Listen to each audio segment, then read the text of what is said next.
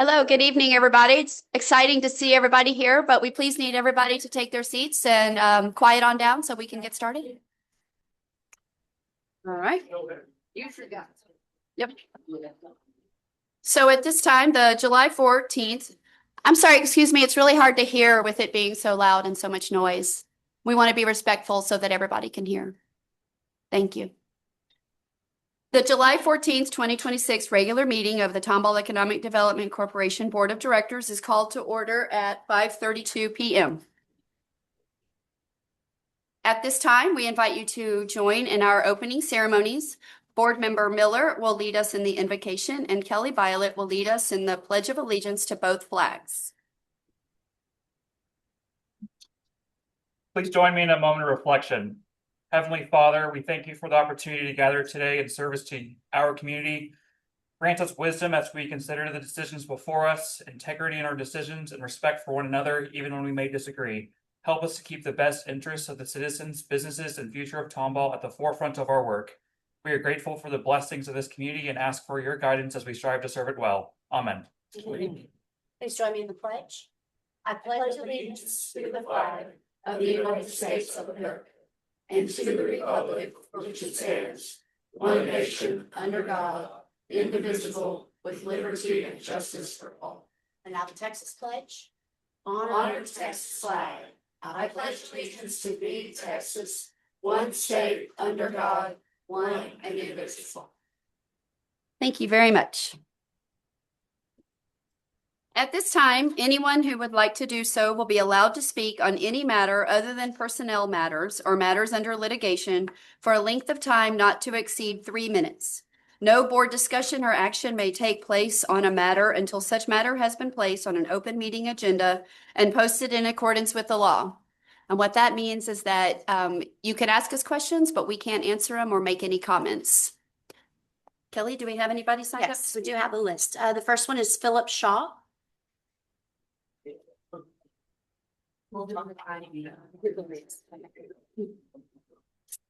McKaylee, how will we know? Yeah, she's got it. Should be.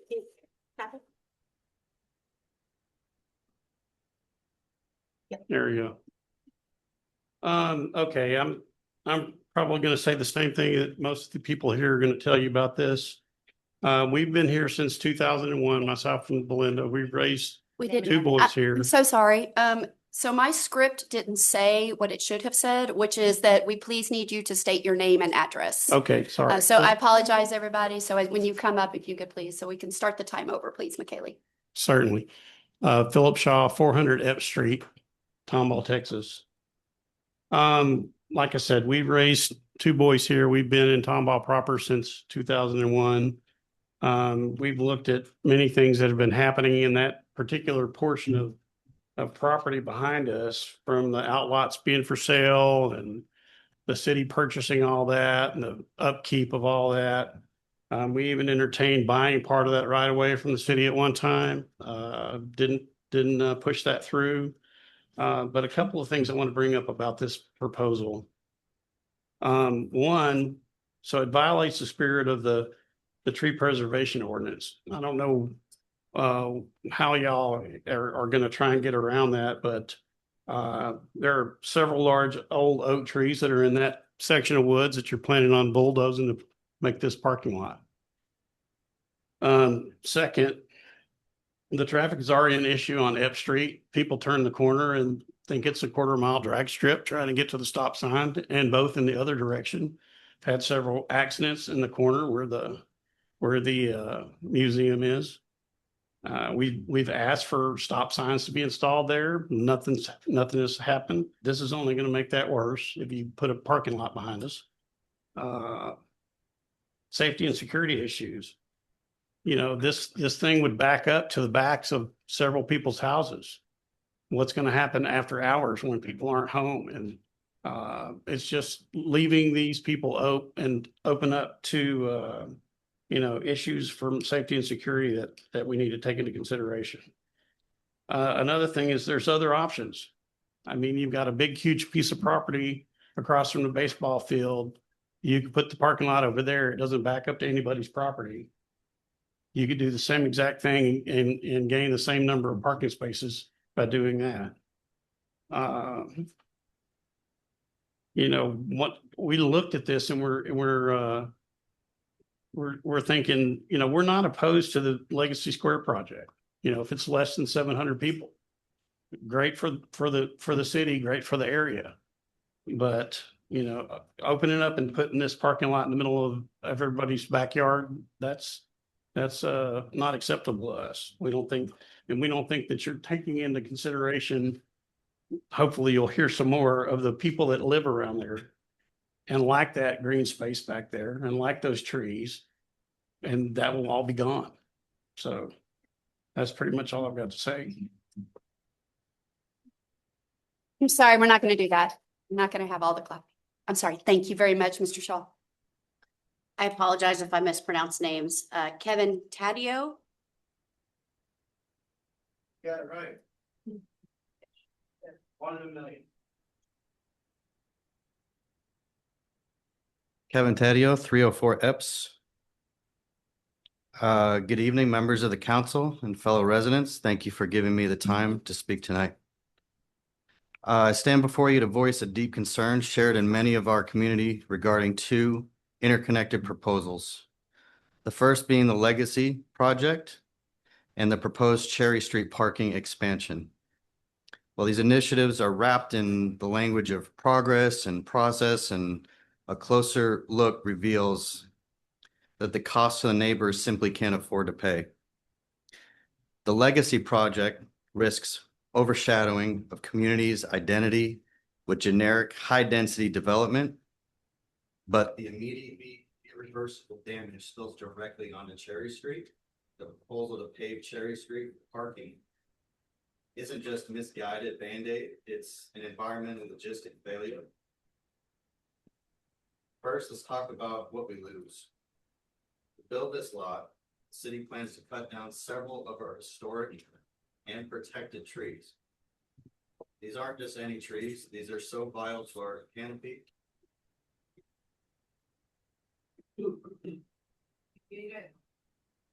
Tried to turn up the volume, so give us just 1 second. We can stop the timer. I was getting motions that people in the back couldn't hear, so we're trying to fix that. I can talk louder, is this okay? Yeah? All right, here we go. Let's rock and roll. These aren't just any trees. These are also vital to our canopy and local ecosystem, that they occupy their own designated locations on an official city map due to the protected nature. To chop down these living pieces of our local heritage for the sake of asphalt is short-sighted and shameful. And for what? Logistically, this location makes absolutely no sense. Cherry Street is simply too far from the heart of downtown. Forcing visitors to park here renders the lot practically useless. Human behavior is predictable. Drivers will not park blocks away in a residential zone and walk that distance that they're trying to reach downtown businesses. It will create a vacant eyesore on Cherry Street while failing to solve any of the actual parking issues. If our goal is to truly help our downtown, we need to look at a much smarter, more practical alternatives. We should be taking advantage of locations that are actually close to the stores and the restaurants. For example, the area near the railroad tracks. We are to extend a nice space across the street from the Tejas area, developing parking to actually serve our community and would allow visitors to park a lot closer to downtown, immediately supporting our local businesses while entirely sparing a quiet residential neighborhood. The project requires us to sacrifice our protected trees, compromise pedestrian safety, build a useless lot miles away from actual locations that they want to visit. The project itself is fundamentally flawed. I urge the council to reject the current scope of the Legacy project, protect the map trees on Cherry Street. Thank you, Mr. Taddeo. Your time is up.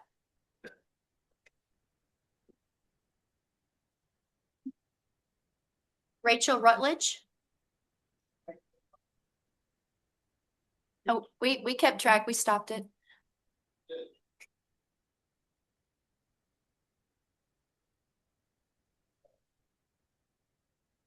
Right. My name is Rachel Rutledge, and I live at 405 Epps Street. I am here today to strongly oppose the proposed extension of Oak Street to parking lot H and the proposed roundabout at the corner of Epps and Oak. This road extension is unnecessary, especially if the plans involving the Baptist Church do not move forward. It is not responsible to permanently alter an established neighborhood for a project that is uncertain. The consequences of this proposal will be borne by the residents who live here, not by those who visit for a few hours. Extending Oak Street would remove mature trees, increase vehicle and pedestrian traffic, and fundamentally change the character of our neighborhood. Once those changes are made, they cannot simply be undone. The proposed Legacy Square project would only magnify these impacts. A 1,000-seat amplified music venue would bring reoccurring noise, increased traffic, and legitimate public safety concerns, including more impaired drivers traveling through our residential streets. These are not hypothetical concerns. They are predictable consequences that our community would be expected to live with. Our neighborhood has consistently spoken with one voice. We do not support a 1,000-seat amplified music venue in our neighborhood, and we do not support building unnecessary roads, parking lots, and/or roundabouts to accommodate it. I ask you to listen to the residents who have invested their lives in this community. Please prioritize the safety, character, and quality of life of the people who already live here over infrastructure designed to support a development that many of us do not want. On a side note, I do not believe it is in the best interest of our community to have city council members also be a part of the TEDC. It is a conflict of interest and it should not be allowed. And right now we currently have 2 city council members involved in TEDC. Thank you for your time and your consideration. I'm going to kindly ask the audience to please stop clapping. Emily Williams.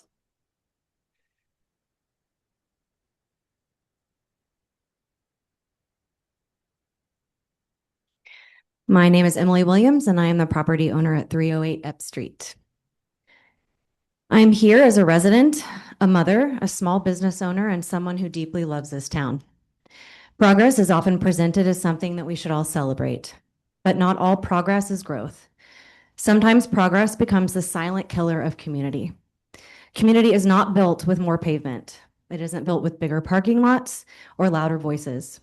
Sometimes it is built in the quiet spaces between neighbors. It is built beneath the shade of the 100-year-old oak trees, and it is built on streets where children can ride their bikes safely and where birdsong is louder than traffic, where people know one another by name. Once those things are gone, they cannot simply be rebuilt.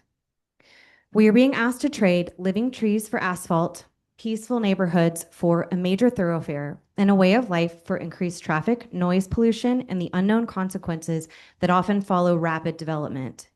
Once those changes arrive, they cannot simply be undone. And I ask you, is that the future that we really want? Tomball has never been special because it has attracted the biggest crowds. It has been special because it has protected a culture of connection. People choose to live here because it feels different. It feels human. Our community doesn't need another destination that pulls more outside traffic into our neighborhoods. We need places where the people who already live here can gather, affordable spaces for artists, small businesses, nonprofits, family, youth, and neighbors to create, to learn, to celebrate, and to belong. Growth should strengthen the roots of a community, not replace them with concrete. Every city reaches moments where it must decide what is truly valuable. Tonight, I hope that you will remember that once we widen roads, remove old trees, and increase noise and traffic, there is no returning to what made this place beautiful in the first place. Please don't mistake expansion for success. Protect what makes Tomball, Tomball. Thank you. Thank you.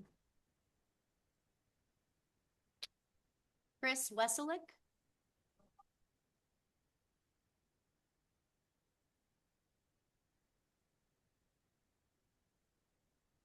Chris Weselick, 308 Epps Street. And I don't have any notes. I think my neighbors have said a lot of this pretty well. I think the question I have that I know you're not going to be able to answer is, who is this good for? Who truly benefits from this? because I don't believe it's us. You know, I don't believe it's me. I don't believe it's the oak trees. I don't believe it's the young parents who have invested in this neighborhood, who feel safe to push their strollers and watch their kid on training wheels walk in front of them. You know, crime, litter, noise, congestion. And I want to say I'm probably one of the more progressive people in this crowd. I want you to hear that. I know change is coming and I'm excited about the change, but I just don't think this is the way to go. I believe there's multiple routes, other options out there that actually benefit the people who live in this community. So again, I'll leave you with the question that you're not going to be able to answer is who is this actually good for? Thank you. Derek Townsend.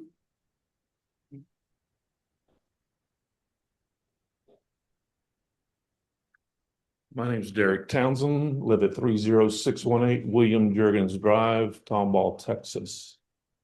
I served on the city council, as you all know, for 15 years. And one of the hardest things that we had to do as council members was to make sure that we did what was right for everybody, not just one select group. I heard about this potential plan of a parking lot being placed behind the homes on Ep Street and those homes out of Pecan Grove there, that little subdivision. And I thought to myself, why? Who on this committee here or council would want that in their backyard?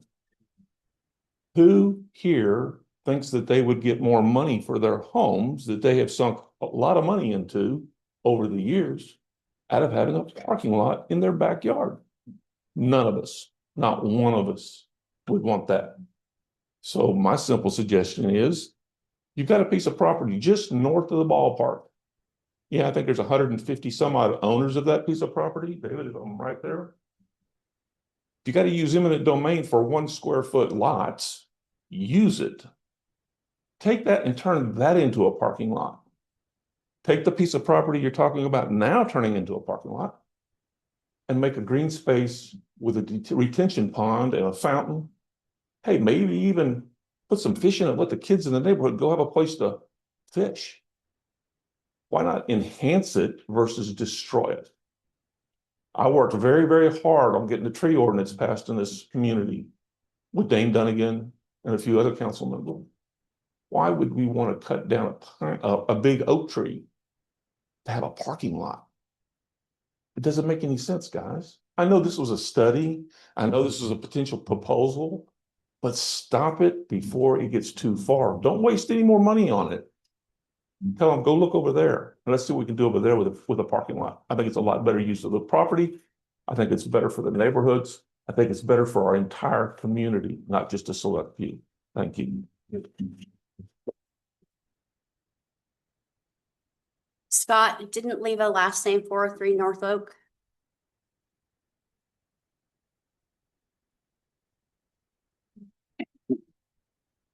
My name is Scott Nixorf. I live at 403 North Oak, the only house that faces North Oak.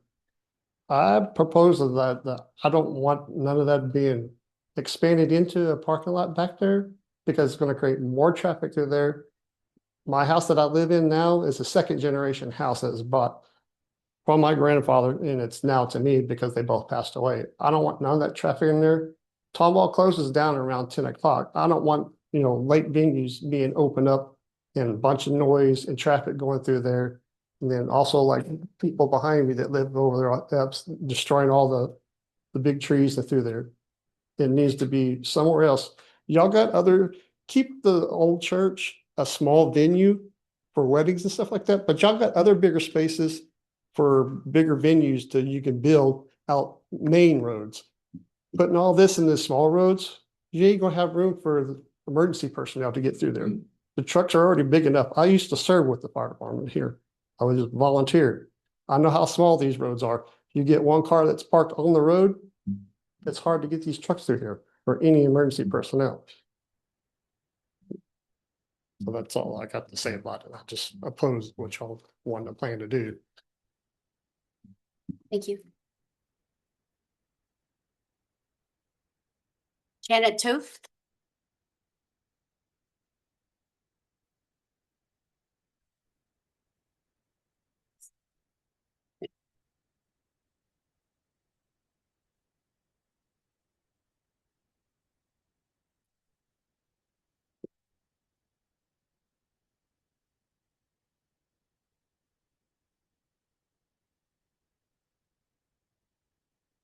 Hi, my name is Janet Toth and I live at 606 East Pecan Drive.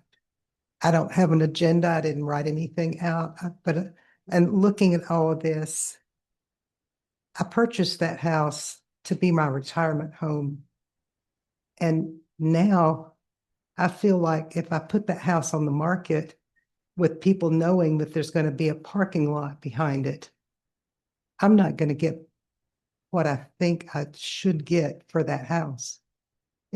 I'm going to lose a lot of money, and what's gained for some is loss for others. And unfortunately, I'll be on the losing end. And that's really my main reason for coming up and speaking is leave things alone. We don't want traffic and drunks late at night and noise and all of that we have to deal with. And Tomball's got a great police department. They take good care of us. But if stuff like this gets added, I pray for them because who knows what's going to go on back there behind my house. And if something's going on that's not good. That's basically all I have to say. I'm scared, I'm nervous, and I wish that it was not going to happen. And I think everybody was out in my neighborhood in force this past weekend. Go to the meeting, go to the meeting. Here, we're here, and we want to let you know that that's not what we want. Thank you. Thank you. Bruce Morris.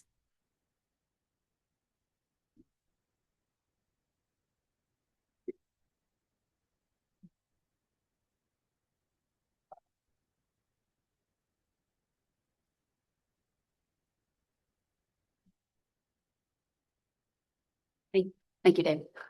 Good evening. My name is Bruce Morris. I live at 618 East Pecan Drive. I moved there 13 years ago. It wasn't going to be my retirement home, but it's getting there pretty close. I normally don't come to these meetings, but Tomball's kept me pretty busy this year. There's been other activity around my property. I agree 100% with everything that's been said so far, so I'm not going to reiterate that. But there's a couple of other issues that have concerned me just looking at that preliminary plan. There's no runoff accommodated. There's no holding tanks. My house is the lowest house in the East Pecan neighborhood. And houses next door to me, both on both sides, have flooded because we've been unable to get any drainage in that end of the street. And I see nothing in that preliminary plan to accommodate anything but another runoff site. My driveway is the spillway for the neighborhood when it gets deep. It runs what would normally be up my driveway, but it always runs to that triangular space that you're proposing to put a parking lot on. I agree that the noise is going to be an issue. Traffic's going to be an issue. I really don't want to listen to it. Tomball Terrace is the oldest development in the city. And I think its trees, its residents all need to be looked at and taken care of first before we consider any large venue to accommodate the development, I guess, of Tomball. Also wondered why there was more than 1,000 parking spaces for a venue that's going to have 1,000 seats in it. Is everybody supposed to drive their own car? Why don't we consider some form of mass transit instead? If you have to develop this 1,000-seat venue. Thanks for your time.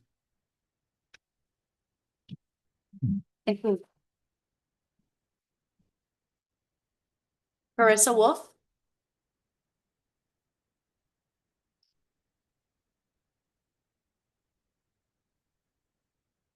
I'm Carissa Wolf. I live at 504 Kane Street.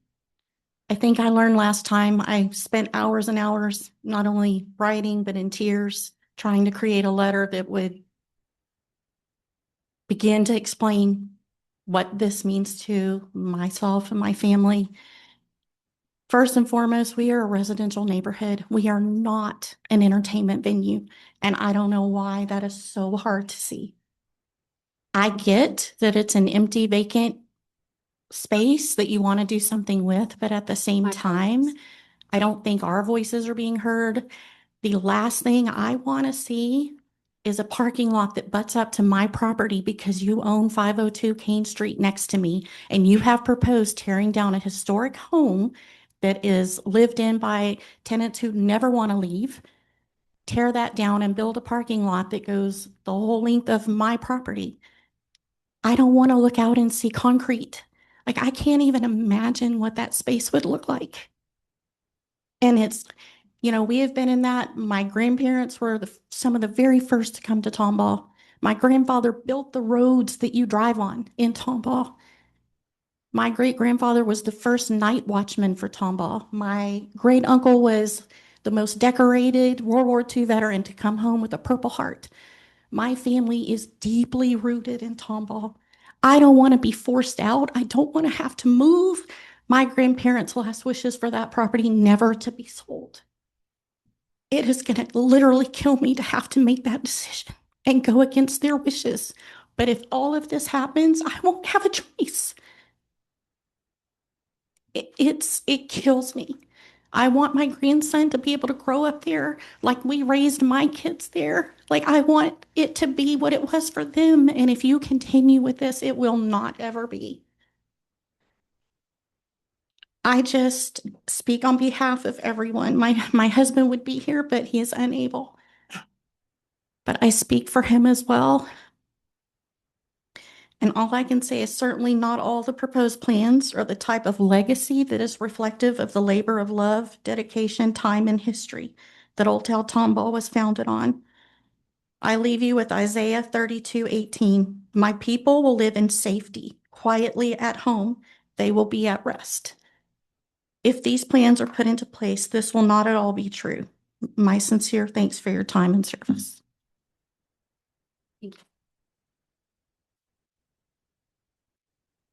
Kendall Wolf.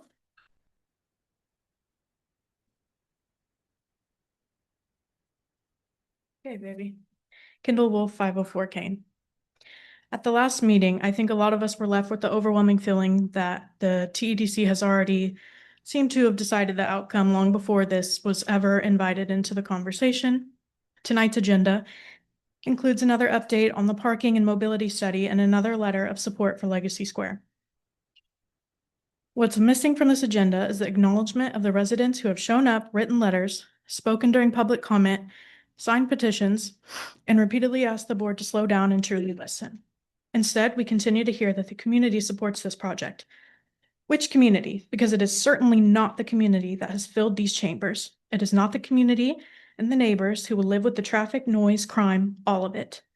Not the residents who have raised concerns about the added parking. It's not the families who cherish the historic identity of Old Town Tomball. It is certainly not the citizens who continue showing up meeting after meeting and behind the scenes because they do not feel heard. The chamber is entitled to their opinion, but the chamber is not synonymous with the people of Tomball. A letter from an organization is not a substitute for genuine public support. If the TEDC is going to continue representing this project as having community backing, then show us the evidence, show us statistically valid surveys, show us the independent polling, and show us the transparent methodology. Show us where the residents of Tomball, not invited stakeholders, not selected committees, not partner organizations, but the actual people who live here, overwhelmingly endorse this. What many of us witnessed at the last meeting was deeply discouraging. Public concerns were minimized, questions went unanswered, and residents who have invested generations into this town and community were made to feel like obstacles instead of stakeholders. That is not meaningful public engagement and is certainly not the transparency that taxpayers deserve. How does the public have confidence in this process when one official is participating in decision-making of the same at multiple stages of the same project? Even if technically permissible, many residents perceive that as concentrating influence and straight unethical rather than encouraging independent review, especially when at the last meeting, a substantial presentation was given that many residents did not expect based on the posted agenda. Can you explain under what agenda item that presentation was authorized and how the public was provided adequate notice? This whole entire Legacy Square project is just, it's heartbreaking for the citizens to have to sit back and watch and just fight for what's right. It's genuinely sad that a lot of people can't see that and see what's best for the people, not the people who don't have to live with it, but the people whose this is our backyard. My son, I can't even imagine how, like, I wouldn't be able to do half of the things that I can now. No walks, no, like, we would not feel safe. It's heartbreaking and it's terrible, unethical. It's many things, but biggest is heartbreaking. Thank you. John Reed.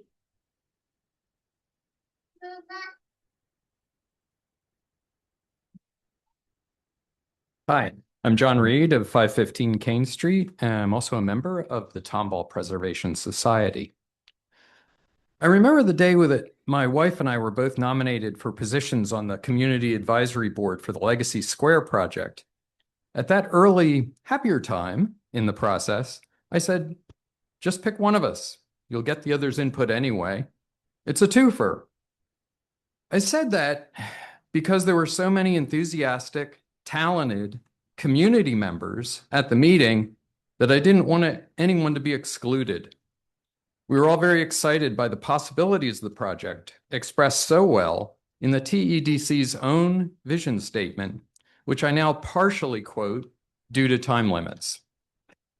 Tomball Legacy Square will be more than just a destination. It will be a hub of community, art, culture, and connection that strengthens the heart of Tomball for years to come.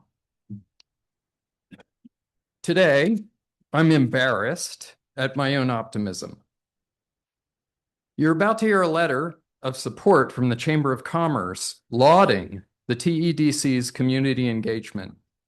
The TEDC should be embarrassed at how they have continuously insulated themselves from any real community input by largely filling positions on the advisory board with friends who would do their bidding or business people who are already on board with an oversized, overpriced, poorly imagined, and destructive project funded by tax dollars.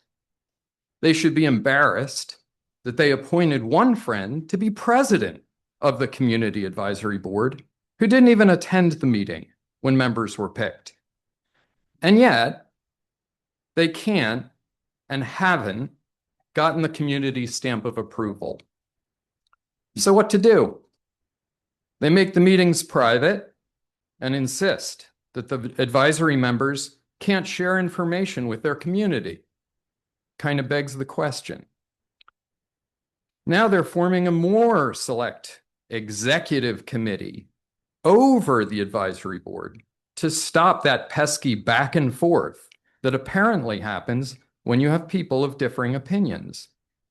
With the creation of the executive committee, the TEDC has fully insulated itself against any input from the Old Town Tomball's community.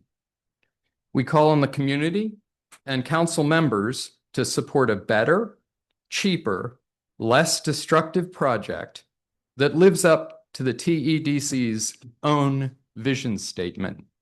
Thank you.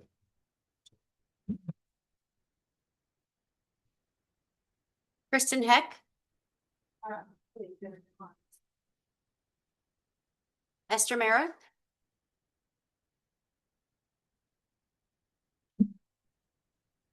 My name is Esther Mera, 515 Kane Street. I am a member of the Community Advisory Committee for the Legacy Square project, and I am also a member of the Tomball Preservation Society. I am opposed to this so-called Legacy Square project.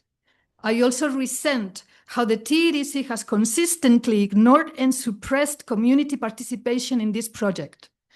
Ironically, I see that the first item on the agenda for this meeting is a letter of strong support by the president of the Chamber of Commerce. This letter claims that the planning process for this project, and I quote, included broad community participation and reflected the wishes and values of Tomball residents. That claim is false. This project has not included broad community participation. I know this firsthand because I have served on the Community Advisory Committee and I have attended every single meeting. From day one, it was clear to me that the TEDC already had an agenda and that the committee was expected not to ensure broad community participation, but to simply rubber stamp that agenda. Early in this process, the community provided the TEDC with an 11-page comment and request regarding this project. Those requests have been largely ignored. Furthermore, the Community Advisory Committee meetings were initially open to the public. There were chairs available for residents to attend and observe. But as community opposition grew, the meetings became closed and secretive. Eventually, members of the community were forbidden from attending. Residents were turned away at the door, even when chairs were available, and they were only attending as observers. This is not broad participation. This is exclusion. Furthermore, when community opposition made it difficult for the TEDC to move forward with this project, members of the TEDC held a meeting to discuss how to bypass the Community Advisory Committee entirely. We have a recording of that meeting. It's online and everybody can look at it. So at this time, there is no broad participation. What it is a failure of transparency and public trust. Tomball residents will continue to organize and demand a process that is ethical, transparent, and respectful of the people who call this community home.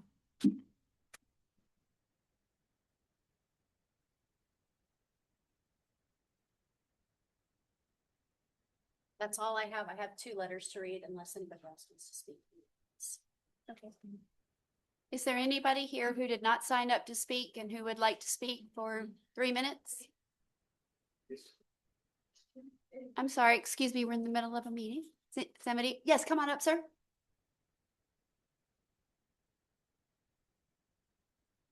Your name and address, please, sir.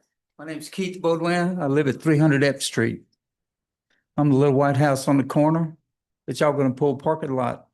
You're gonna have parking spaces that come right in my backyard and shine your lights in my yard and in my house.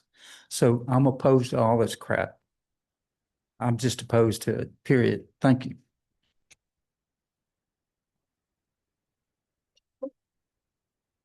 Is there anybody else here this evening? Okay.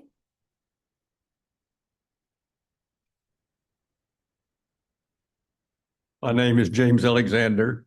My backyard, which is an expansive one because it's at a curve. Can you tell us your address? I'm sorry. 602 East Pecan Drive, right behind the parking lot. I've been in Tomball since 2001. We like it here, but this project, quite frankly, violates many of the Tomball rules, like not cutting down trees unnecessarily and replacing them if you do. That's not going to happen with this. The runoff is from that direction into our yards, and that would be unfortunately enhanced by paving it instead of having dirt to absorb most of that. My backyard, I can't tell you, since I'm on a curve, our backyard is extremely long on this proposed parking lot. And besides that, why do they want to violate rules that have been put down in Tomball, like not cutting down trees unnecessarily and replacing them if you do take up the trees, like making sure that the residential neighborhoods are not violated with public utilities and other things of that sort. We are violently opposed to this in any way, form, or fashion, and do not see any necessity for it at all. And I say that to some of the good people on the committees that came up with these proposals in the first place, that they need to look at the negativities of them and look at where they ought to be done instead of where they should not, under any circumstance, be done. Thank you. Thank you. Is there anybody else here this evening? Okay.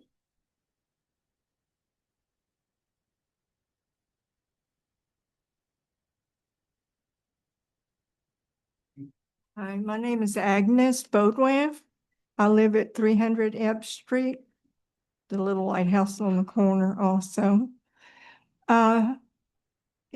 Someone brought up the safety and the security of our neighborhood and also our neighbors. At that corner is a stop sign, sometimes several times a month, sometimes, well, it's many more than several times a year. We have accidents right there. We've had vans flip. I've called 911 on several occasions to have emergency services come. Adding to the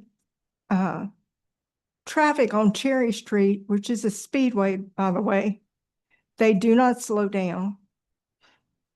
It's just going to be, I don't know, it's going to be a drastic move if something is not done to curtail the traffic. And adding more traffic that's coming across Ebb Street to go through that is not going to be a good idea. Not by what I can see happening there.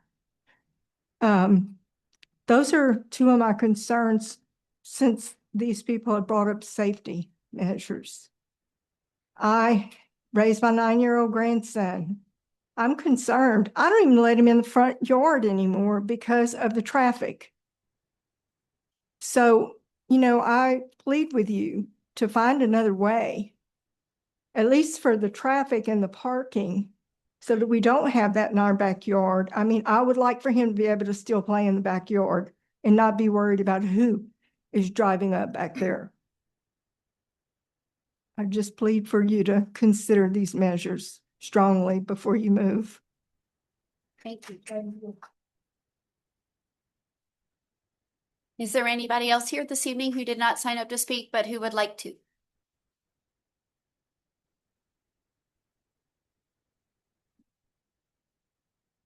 How are you? Hi, I'm Jennifer Dove. We live over at 502 Clarence Street, but our beautiful daughter lives over at 306 Clarence Street. We are going to be grandparents. We're excited about that. My concern is that with a new grandbaby putting him to bed at night with all the lights and the traffic, how are y'all protecting the residents there? What kind of mitigation are you going to do? If you go forward with the parking, what are the lights going to look like? What are the sound noises going to look like? You talk about changing the sound ordinance. So I'm concerned, is my daughter going to have to move? Are y'all going to take my grandbaby away from me? What are you going to do to help protect the residents? That's just my biggest concern. Thank you.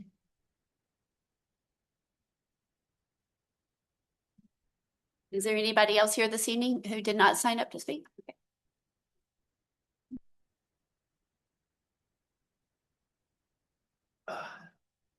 My name is Johnny Dove. I live at 502 Clarence Street. Again, my daughter lives on Epps. My biggest concerns are, I think there's an easy way to mitigate some of these problems. The entranceway into the parking lot from Epps should not be a drivable entranceway. It should have barriers across that and make that a walking path to the venue. I mean, you guys are going to do what you want to do anyway, but I'm just trying to mitigate some of the really bad problems, which is people parking on Epps and driving into it through Epps.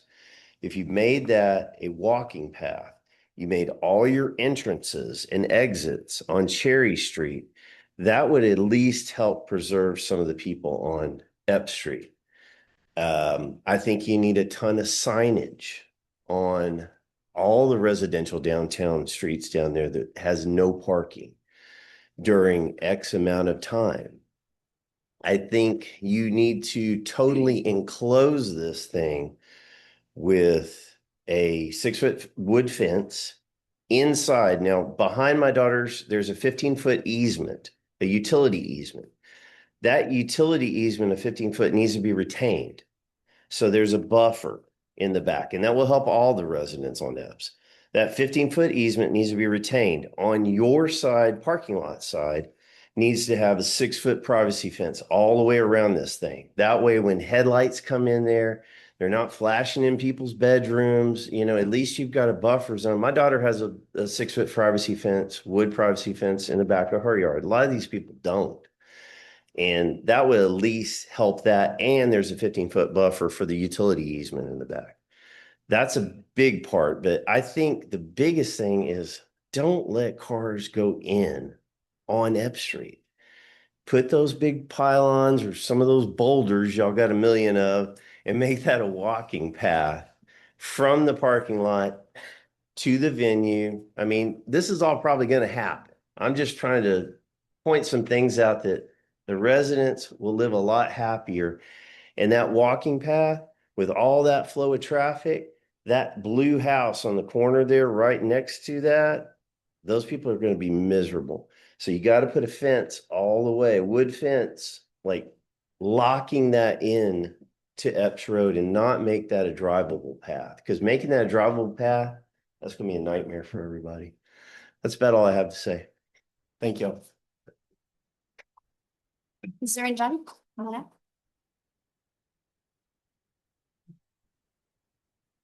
My name is Chris Zimmerman. I'm at 603 East Pecan.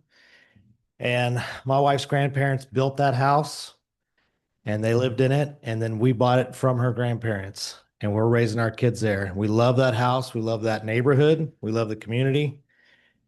And respectfully, I disagree with everything he said. A fence doesn't make a difference at all.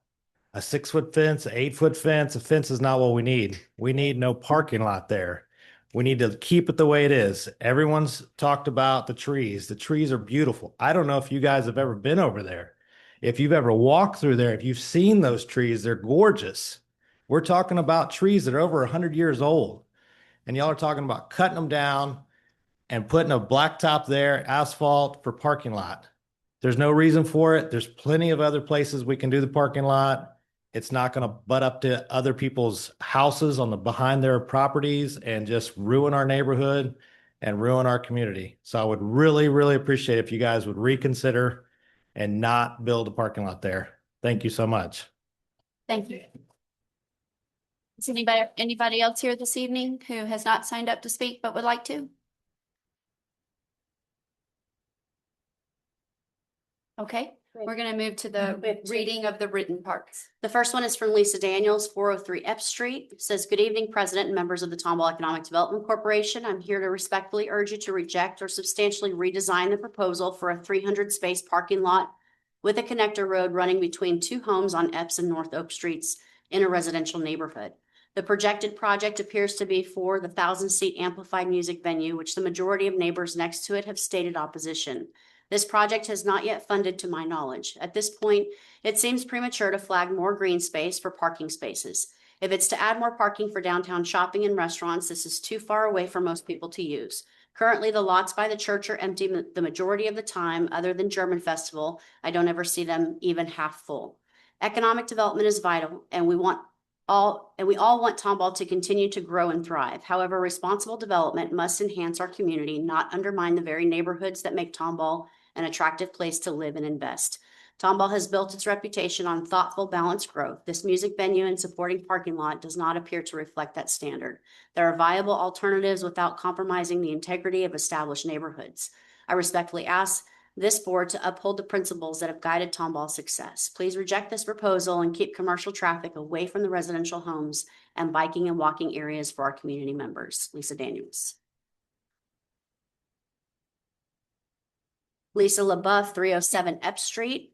"Good evening. I am opposing the proposed parking location, which is to accommodate parking for a 1,000-seat music venue. I am asking you to please think about the families who live in this neighborhood before you approve this proposal.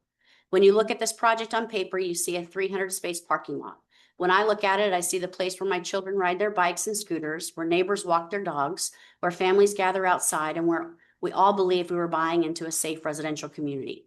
The proposed entrance would be squeezed between two homes on North Oak and Epps, bringing a constant stream of vehicles into the heart of our neighborhood. Every car entering and leaving that parking lot is another opportunity for tragedy. My two teenagers are active and outdoors every day. I should not have to worry that a commercial development will put them in harm's way simply because they are enjoying their neighborhood. This isn't just about traffic. It's about noise, headlights shining into bedroom windows, pollution, and the loss of the peaceful environment that homeowners have invested in for years. It is about asking residents to sacrifice their safety and quality of life so a parking lot can be built where it never belonged. Once this is approved, the damage cannot be undone. You can't give families back their peace. You can't erase increased traffic. And if a child is injured because this decision brings hundreds of additional vehicle trips into a residential street, no one will be able to say they didn't see the risk coming. Economic development should improve a community, not ask families to bear the burden of it. Growth should never come at the expense of the people who already live there. Tonight, I ask you to remember that behind every home is a family, behind every driveway is a child, behind every vote you cast are people who trusted this city to protect the neighborhoods they call home. Please reject this proposal and choose a solution that supports economic growth without sacrificing the safety, security, and quality of life of Tomball families. Thank you, Lisa LaBeouf. Anybody else? Okay. You can address what they said, Tim. We cannot, All right. no. Okay. We will now move to item D, which is reports and announcements. Do I just keep going here? Or does she have a? Yeah. That's not what you said. I'm sorry, I was asking next door to see if I would kept what she was doing. On the first item for reports and announcements, I just want to update everybody that the Legacy Square Advisory Committee did meet on June 25th. The focus of that meeting was the presentation that you're hearing tonight from Patrick Rummel at AIG Technical Services regarding the parking study. The TEDC Marketing and Communications Manager, John Kelly, also presented some logo options and accepted feedback with finalized designs in progress. Here's a few images of the logos that the committee has seen. We've been working through these for a couple of months now. The committee chose to move forward in a single direction with one of the options, and it is being updated for the next committee meeting, which will be on August 20th. Here is the rendering of the logo that the committee was in favor of. Go ahead.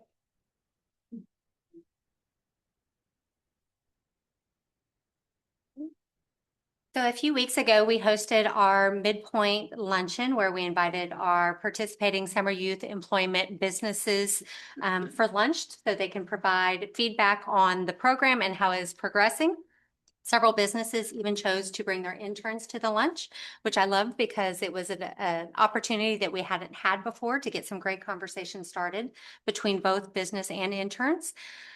So one of the conversations that really stood out to me the most during that midpoint meeting was with JDR. Their intern, Connor, is participating in the program for the second year. He shared that engineering internships are difficult to find for a college sophomore or a junior, and that this program has allowed him to gain both real-world engineering experience as well as a much better understanding of the industry.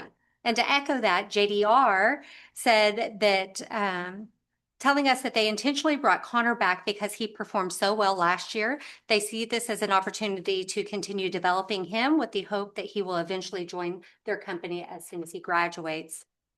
They also wanted to thank the TEDC for expanding the program because it gives students meaningful industry exposure and experience while helping the employers develop a future talent pipeline. Since the luncheon, I have continued to reach out to participating businesses, especially those that were not able to attend, to get additional feedback. I spoke with HCA Healthcare, which hosted 7 interns through the SYAP program, and I was told that every department supervisor reported that their intern was a value add in each department. And one of those interns have already been placed as a full-time employee as a patient care technician before that internship even concluded. And so that's exactly the type of outcome we are hoping to create with this program. We also completed one site visit with Right Choice Dental because their interns were scheduled to complete their hours prior to our site visit scheduled this week. One of their interns is a college student while the other is a high school student. So they had a breadth of experiences, but all of them were positive. They loved, they spoke very highly of their experience as well as what they have learned. I will say that one of the most impactful things that happened on that site visit is when we walked in the door, we were met with the student intern that they hired last year. They have hired that intern and they have continued to work there throughout this past year. Tomorrow and the next day, we will be doing the remaining site visits. While the luncheon focused on gathering feedback from our business partners, these visits are really about hearing the student's voice and gathering the stories and learning firsthand how this program has impacted them, and of course, learning how we may continue to make this program better. Overall, the program continues to exceed expectations. This year, 46 businesses have hired 64 interns. That includes 39 high school students and 25 college students that were returning home to Tomball for the summer. It's exciting to see this program continue to grow, but even more exciting to see the real impact that it is having both on our students as well as our industries. Every year, we're seeing more evidence that this program isn't just about placing interns, it's building the workforce that Tomball businesses depend on for the years to come. So next. The next update is the 2026 summer newsletter. It was recently distributed through Constant Contact and highlights many of the initiatives and projects that we are working on over the past few months, including the strategic planning process, the Summer Youth Employment Program, workforce partnership growth, business success stories, and upcoming initiatives. As you can see on the screen, the analytics standpoint, this was delivered to 759 subscribers with 415 opens and 157 click-throughs to read articles in more detail. That click-through rate is well above the industry standard of 10 to 15%, which tells us that our audience is not only opening the newsletter, but they are actively engaging with its content. The most popular stories you can see there in front of you were the Heart of Tomball Grant, staff board updates, the new strategic plan updates, and the Old Town Incentive Grant, which was, I believe, Snarky's Pizza and Burger. So, and you can see the clicks that resonate with those stories. And finally, the last update that I have is personnel. I am pleased to report that we have successfully filled our project manager position after several rounds of interviews and a very competitive selection process.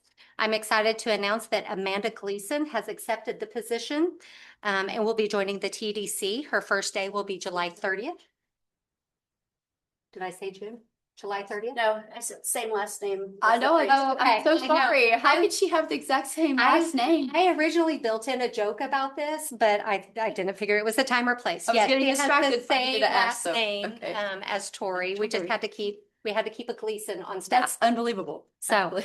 Amanda is a certified project manager with extensive experience moving projects from initial scoping through completion. Her background includes stakeholder engagement, project planning and execution, financial management, and cross-functional team coordination. We believe Amanda's skill set and experience will be a tremendous asset, and we cannot wait for you to meet her at the next board meeting. And I'm sorry, when does she start? Her first day will be on the 30th. July. Okay.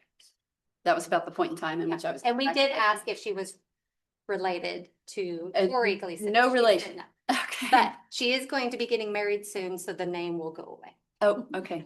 All right. Well, very good. Well, congratulations on doing that. That's fantastic. Very fast. That's great. Okay, so we're now going to move to item F, approval of the minutes for the following meetings. EDC meeting on June 9th, the special EDC meeting on June 11th, the special joint city council and EDC meeting on June 11th, and the special EDC meeting on June 12th. Anybody have any? Are there any changes anybody would like to make? Do we have a motion to approve the minutes of the meetings as presented above? I'll motion. All right. Who wants to second it? Second. Okay. Any questions or comments? All right, then I'll call for the vote. All those in favor, please say aye. Aye. Any opposed? Motion carries unanimously. New business, number 9, presentation of a letter of support from the Greater Tomball Area Chamber of Commerce for the Tomball Legacy Square project. At this time, I'd like to invite Bruce Hilligeist, President of the Greater Tomball Area Chamber of Commerce, to the podium. The Chamber's Board of Directors recently voted to formally support the Tomball Legacy Square project, recognizing it as a transformational investment that will preserve an important historic property, strengthen our local economy, expand arts and cultural opportunities, and enhance the quality of life in our community. Bruce is here today to officially present the Chamber's letter of support to the TEDC board, and we sincerely appreciate the Chamber's continued partnership. Good evening, Chairman Covington, also Director Violet, and board members. My name is Bruce Hilligeist, and I'm the President and CEO of the Greater Tomball Area Chamber of Commerce. We represent about 825 business organizations here in the Greater Tomball area, including the city of Tomball. And it's on behalf of the board of directors of the Tomball Chamber that came up with this unanimous support that we are pleased to support the Tomball Economic Development Corporation's Legacy Square project. And I'd like to mention who some of those board members are, who our board members are. We have Teresa Latsis with the Hudson Group. She's our chair of the board. We have Andrew Brockenbush with Beefy Marketing, and he is a citizen of Tomball, a resident of Tomball. Charles Hurd with Hurd Dispute Resolution. Scott Marquardt, Clarity Hearing. Ron Hoyle, Core Integrated Wealth. Peter Licata with The Field. We have Jared Clune with Clune Acoustical Systems, and Jared and his family are residents of the city of Tomball. Kentry Ladie with Lone Star College Tomball. Catherine Martinucci with the Original Rib Tickler. Angie Tippett with Houston Methodist Willowbrook Hospital. Ross Winkler, he's our chair-elect with Winkler Public Relations. We have Becky Bohannon with Stewart Title, who's also a resident of the city of Tomball. Adam Harif with Skelton Business Equipment. Dustin Hall, Paradigm Construction. Eric Lunsford, Wordley's TV and Appliances. Mary Thorne with Thistle Brew Shop. And then we have Rob Marmerstein with HCA Healthcare. He's our CEO. Donna McCoy, First State Bank of Texas is a city resident. And then we have our staff and whatnot. I forgot to mention that my address, 29201 Quinn Road, Suite B, Tomball, Texas, 77375. Born and raised here in Tomball, 66 years old, but I'm a new resident of Tomball myself too, as of 2 weeks ago tomorrow. The chambers of commerce are drivers of economic prosperity and community impact. It's making our city of Tomball and our greater Tomball area community resilient and prosperous for today and for the future. It's the kind of work that it's the kind of work that changes trajectories for businesses, families, and entire regions. That's what chambers do. 81% of U.S. adults say their local chamber of commerce is a trusted resource for partner for business. 9 in 10 believe chambers have an impact on growing the local economy. The Greater Tomball Area Chamber of Commerce has worked with faithfulness and determination, hoping to earn the trust of the business and residential community here since the early 1920s. Chambers are problem solvers. Chambers are futurists. Our board believes Legacy Square represents a transformational investment in Tomball's future and an opportunity to create a lasting community asset that will serve residents, businesses, and visitors for generations to come. As our community continues to grow, so does the need for spaces that celebrate community, culture, and creativity. Legacy Square fills an important void by creating a destination that supports local artists, showcases the arts, and creates cultural assets that will enrich the quality of life for residents and visitors to Tomball. Just to name a few of the arts that we foresee using this facility are the Tomball Art League, From the Ashes Theater, Foundation for the Arts and Community Enrichment, which is FACE in the Spring area. And they've reached out to the EDC about participating and even offering support in free labor and wisdom.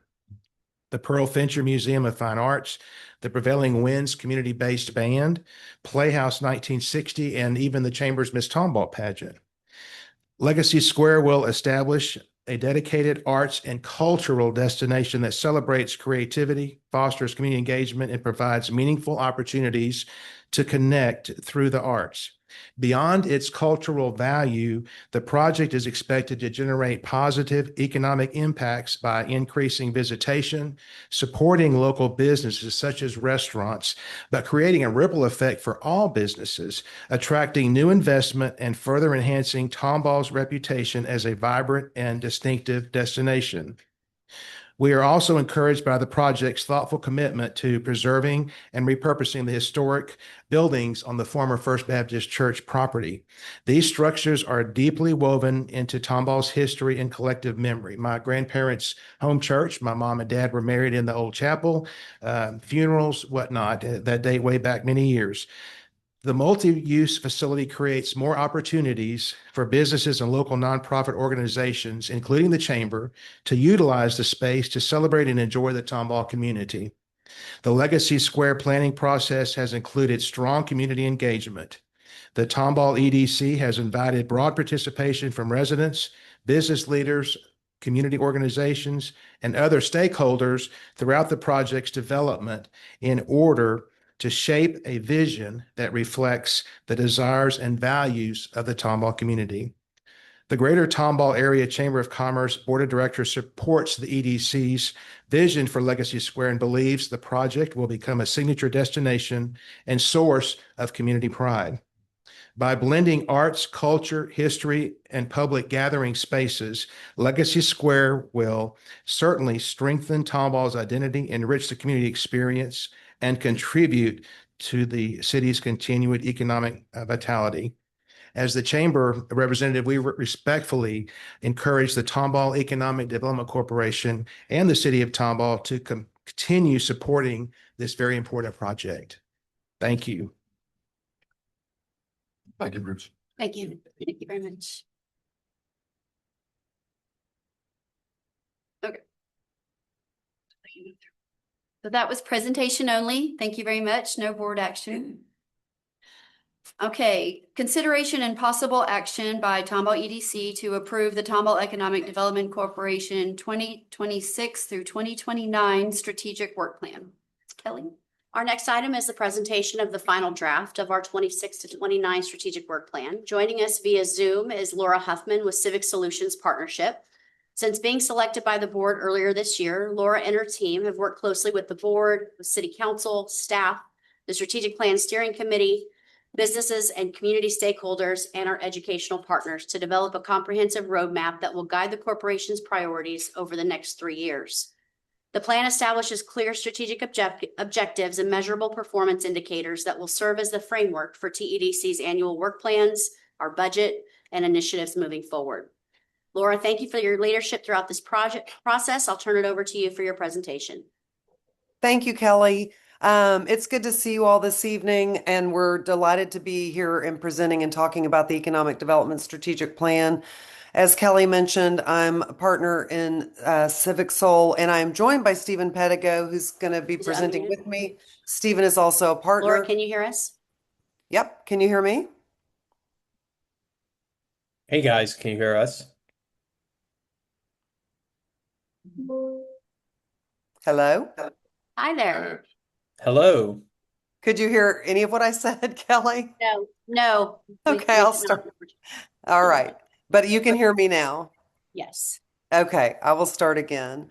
Good evening, Madam Chair and members of the board. Stephen Pedigo, my partner at Civic Soul, and I are delighted to be here this evening to present the strategic plan to you. It's in your backup.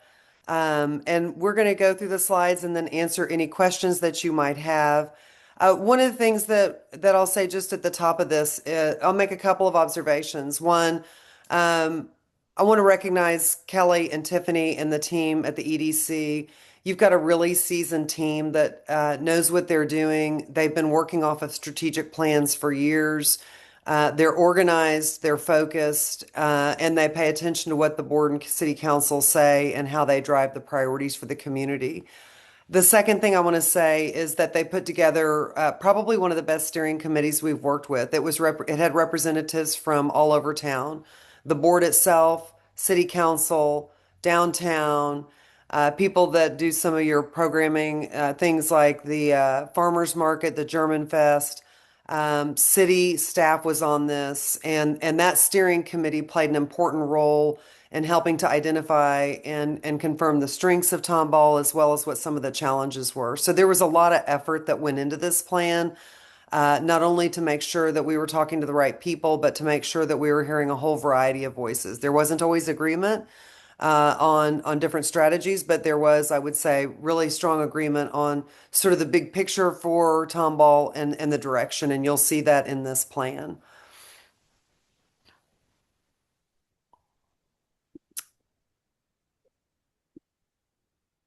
And Stephen and I are going to just go through this. We're going to do a little bit of tag team back and forth, and we're going to start with some insights. I think the 5 themes that emerged in the work that we did in Tomball is growing. The question is what comes next. And I think one of the things that we saw throughout this work is just that, like, the practical reality that you all are growing really, really fast. That reflects, the region that you sit within, but it also reflects some of the distinctions that you've built as a community. And there's a strategic opportunity to translate growth into direction. And one of the things that came through loud and clear is, yes, we're growing, but we want to be super strategic about what that looks like from an economic development standpoint. And some of the detail underneath that is we want to make sure that we're thinking about high wages, that we're thinking about the people that live in Tomball and their ability to work in Tomball, but we also want to protect the flavor and the feel of Tomball because you've worked so hard to create that. Second theme here is attracting talent and exporting work. You are leading your peers. We did a peer benchmarking as part of this work. And you lead the pack in terms of attracting educated residents. That's who's moving to town. But a lot of people are still are leaving and commuting to jobs outside of Tomball. So a big thrust of this strategy is to make sure that we're doing primary employer recruitment and expansion so that people that are living in Tomball have the opportunity to build their careers in Tomball. Your workforce is fully employed, but not yet concentrated in the higher wage sectors. This pairs with the second theme that I just talked about, that lift incomes and anchor a distinctive economic identity. So you can see from an economic development perspective, the work that Kelly and Tiffany and team are going to have underway to build that primary employer recruitment strategy, very tightly wound around your target sectors such that people in Tomball can stay in Tomball and work, but also that we're creating enough high wage sectors that wages are lifted up to make that feasible and attractive to residents. The fourth theme here is Tomball institutions are built to execute. I know it may not always feel this way to you all, but we will tell you that the working partnerships that you have across the EDC, the Chamber, Lone Star College, your school district, those are remarkable. And a lot of times in economic development, you see a lot of good, strong efforts, but they're not well connected. And we can tell you that having worked with each of these institutions along the way in this plan, there are really good, strong working relationships. And that means that you're gonna be able to move on this plan a lot quicker because of that alignment, and you're gonna see results, really nice results that tie back to the vision and the strategies of this plan. And then I think the fifth one is just there's a generational window right now because you've got a lot of public investment underway right now.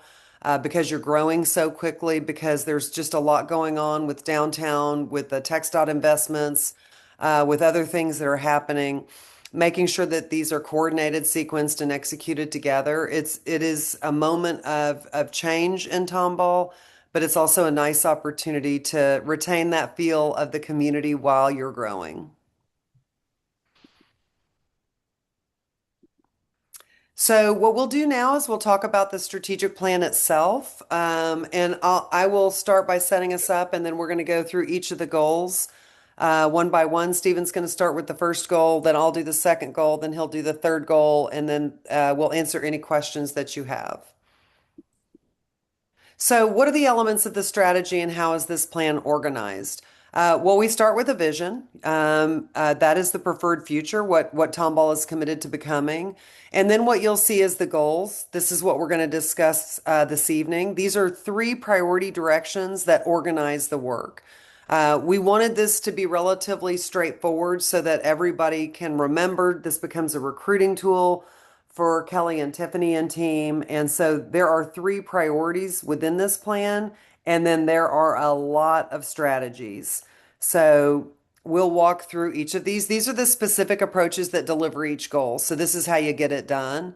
And so it'll give you a sense for the action plans that are going to sit underneath each of these goals.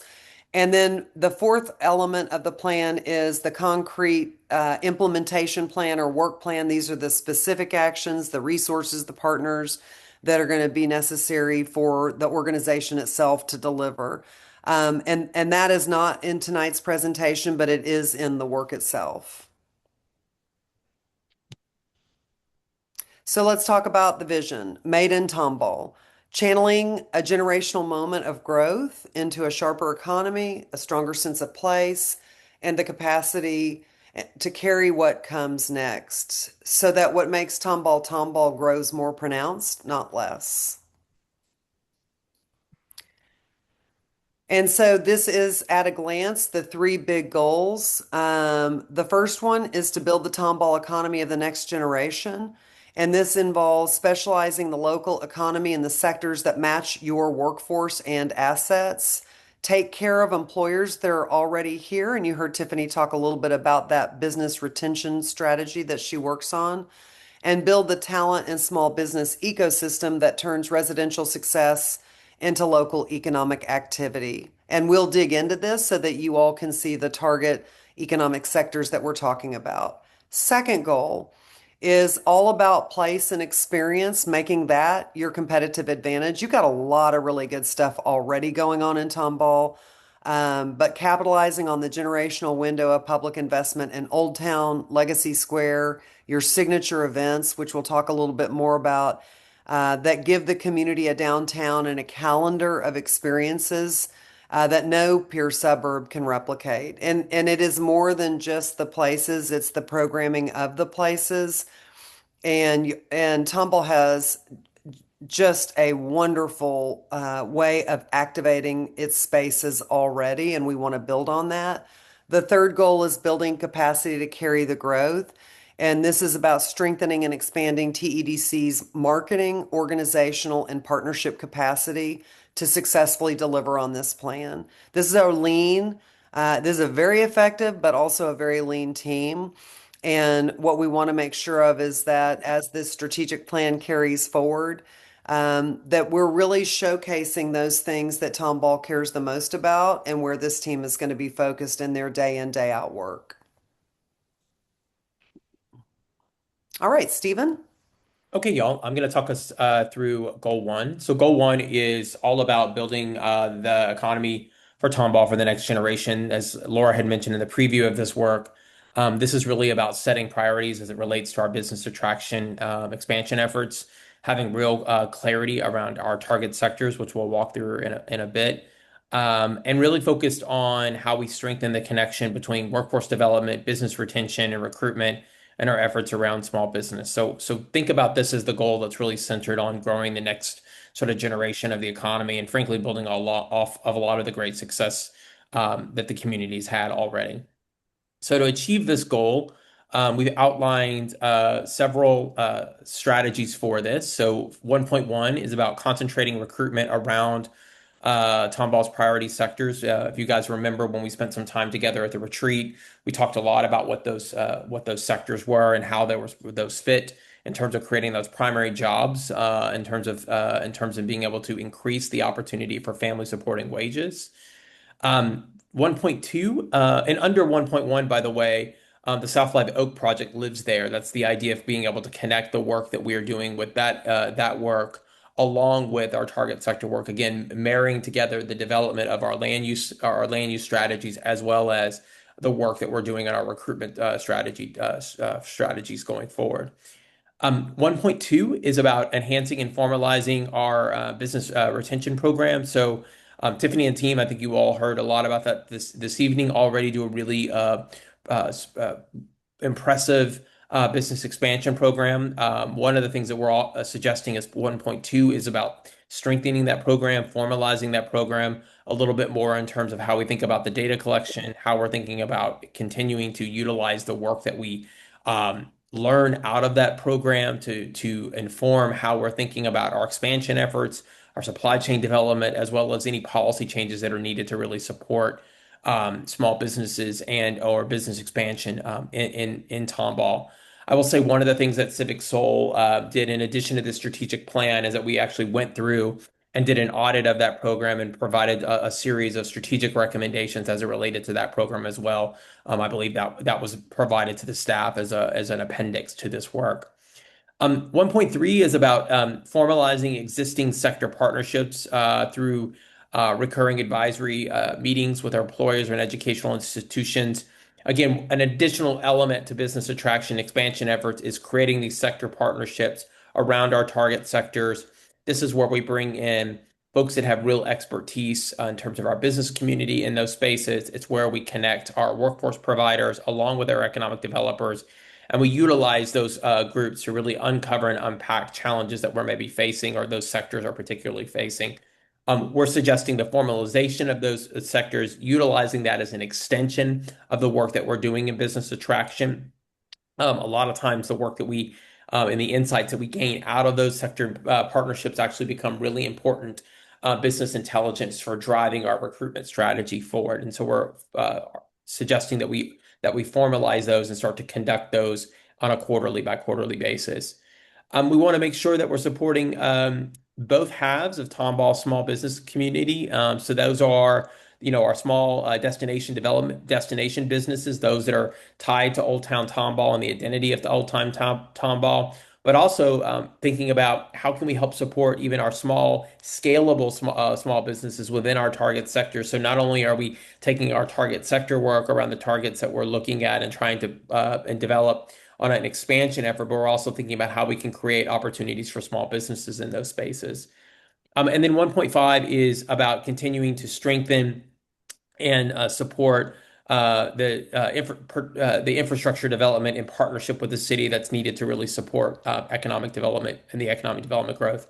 I should say we're hitting on the high level strategies underneath the goals, but one of the things that's been provided to the team is a sort of a next step in what's needed. And so there are 4 or 5 action steps that are underneath this plan that really become sort of that cookbook for us or that playbook for how we execute the work over the next 3 years. So with that, that's an overview. Well, before we do that, let me hit on the 4 sectors again and remind you of what those sectors were. If you remember, you all had done a really nice target sector analysis, so we didn't have to go back and duplicate that work. But in that target sector analysis, sectors that were consistent with community assets as well as regional assets in life sciences, food processing, production, ICT, information technology, and advanced manufacturing were identified as our key strength. And as we know, those strengths also align with a lot of the workforce development programs that Lone Star College, Tomball, and others are also doing, as well as even connecting into some of the CTE programs that the local high school has as well. So there's great alignment with that work. And again, the sector partnership work that we're describing earlier will lead to how we're making sure that connection really is happening. So with that, I'll turn it back to Laura to walk us through goal 2. All right. So the second goal, as I mentioned earlier, is make place and experience Tomball's competitive advantage. Capitalizing on the generational window of public investment in Old Town, Legacy Square, and your signature events to give the community a downtown and a calendar of experiences that no one else has. And I said this earlier, but it's worth saying again. There's just some amazing stuff happening. The Old Town with its history and small business presence, the farmers market that draws thousands of people every single weekend, the German Fest, the Heart of Tomball Alliance, which is doing a lot of the programming there, There is a lot going on that makes Tomball a destination, and that's no small feat when you're part of a major metropolitan region. You know, you're in one of the largest, next to one of the largest cities in the United States. So it's hard to stand out, and Tomball's done a great job of that. So what this is doing, what this plan is doing, is recognizing that economic development, as you all, as the board definitely knows, it is about primary employers and building workforce and building wages. But it is also about making sure that while all that's happening, the look and feel and values of a community are growing. And that is the way to manage growth in fast growing communities that feels good and is good for the community. So let's look at the strategies underneath goal 2. 2.1 is resolving the legacy square and city hall decisions that will shape Old Town's next decade. Heard some conversation about that this evening. 2.2 is lead legacy squares activation with the discipline at scale demands, clear scoping, financing, and programming built in from the start. And that's going to involve making sure that there are good partners at the table that can hold hands with the economic development organization and do some of the implementation. Strengthening Old Town's physical fabric and small business space through the Main Street reconstruction, and treating Tomball's events and cultural programming as economic infrastructure that builds the brand and supports the small businesses. So what you see happening in these strategies, and again, as Stephen mentioned, there are dozens and dozens of action steps that sit beneath these particular strategies. They do become the workbook for staff, but this gives you a sense of kind of the priorities that we have in placemaking, the connection that we're making between places and activities so that your families have places to go on the weekends and experience Tomball without having to leave to go find neat things to do. And that ends up being a really important element in economic development.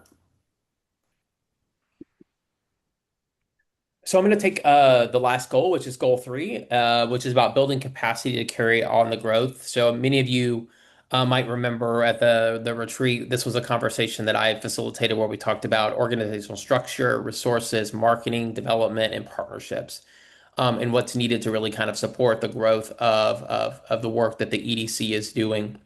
And that's really what we've centered this goal to do, to really again strengthenize our marketing, our organizational efforts, and our partner capacity to ensure that we can deliver on the economic development work. I mean, I think one of the things to remember, and you all I think know this, is that economic development is a team sport. It is not a sport that is done solely by one organization and or one policy board. It requires a champion of a lot of different folks around the table doing the work. And so that's aligning the work that you all do as the Economic Development Corporation, the work of the chamber, the work of those who care about the small business community, as well as your policy community, your policy governing board, and your city council as well. So what are some things that are really important to do that in terms of key strategy efforts? 3.1 is about leading a coordinated economic development and marketing communication effort to really showcase the accomplishments and competitive advantages that are happening on Tomball.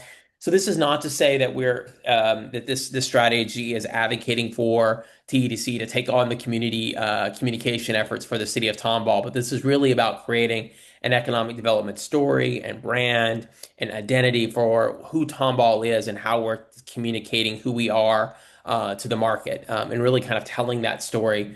Economic development is, as we've said before, as much as about recruiting businesses and doing workforce development as it is about storytelling. And storytelling allows us to really tell about the work that we're doing and communicate that message to the outside world. And so investing in that work, having that work, and having that identity is really, really key.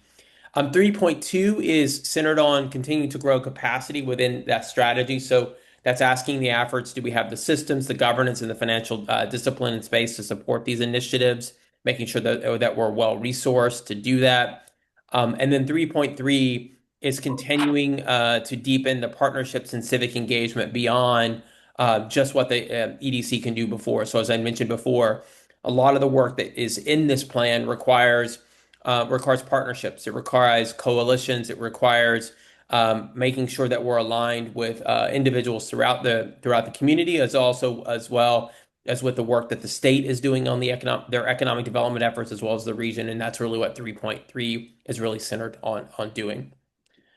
So with that, that's the overview of the economic development strategy. I'm going to roll back really quickly to the 3 goals, just as a reminder. So goal 1 is really about building the growth of Tomball's economy into the next generation. This is our target sector work, supporting small businesses, aligning the work that's happening in South Live Oak with that as well, to make sure that we're aligned in terms of how we're thinking about infrastructure and land use.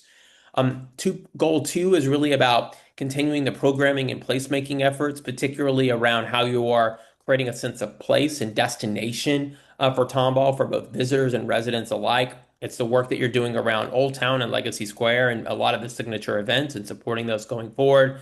And then finally, goal 3 is about making sure we have the partnerships, the resources, and we're telling the story about all the good work we're doing so folks can understand what really is happening in Tomball and how the community is moving forward on its economic development agenda.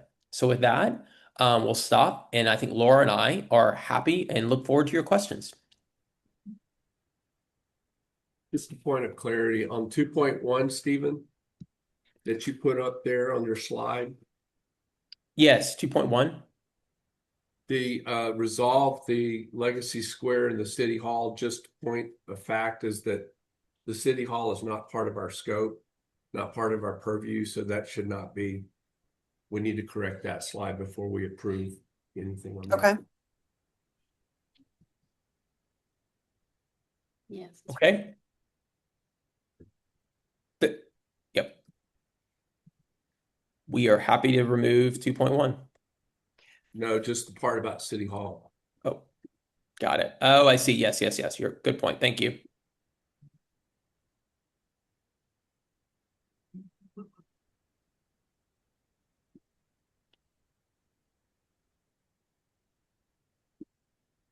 Other questions?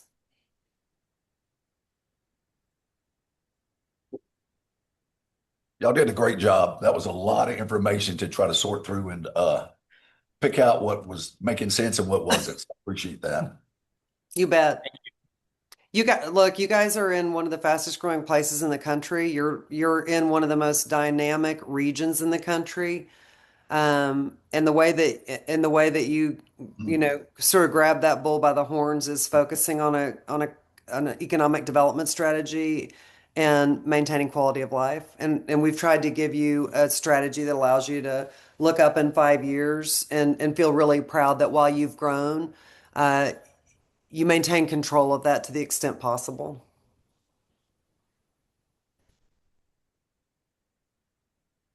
Can we ask you guys questions about this at this point?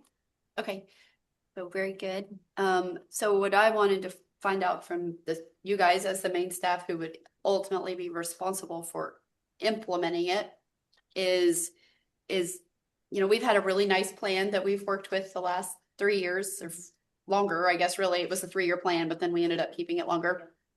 And at every strategic workshop and then throughout each year, and you would give us updates, you had this neat framework, and then under that were the actual action items that the board would then talk about, and that is how throughout the year you would keep us updated on how are we doing, where are we meeting our goals for each year. So with that, am I to understand that it would be these 3 items would be your headers? These would be the 3 overarching goals for the next 3 years. What you will see and what's forthcoming is the 1-year work plan. Okay, so that's what I'm confusing it with. So we haven't received that yet. The 1-year work plan is going to be more detailed as far as the action items and the steps that we take to achieve these 3 goals, and that will be done every single year. So that work plan will need to come back to y'all. Okay, so that is not what we're then considering this evening. What we would be considering this evening is, are these the appropriate 3 priorities, or does the board think, Civic Soul does, and they put a lot of blood, sweat, and tears into that. So I guess then I just want to make sure that the board knows what we're considering and where it would go, which is that it would be that we would be saying that we agree as a board that these are the three priorities for the EDC to focus on for the next 3 years, given that there's a whole lot of tasks right underneath all of that. Is that right? That's right, Laura. I say that right? Did I get that right? Are you asking me, Yes, Laura? yes, you, Laura. Sorry, I wasn't sure.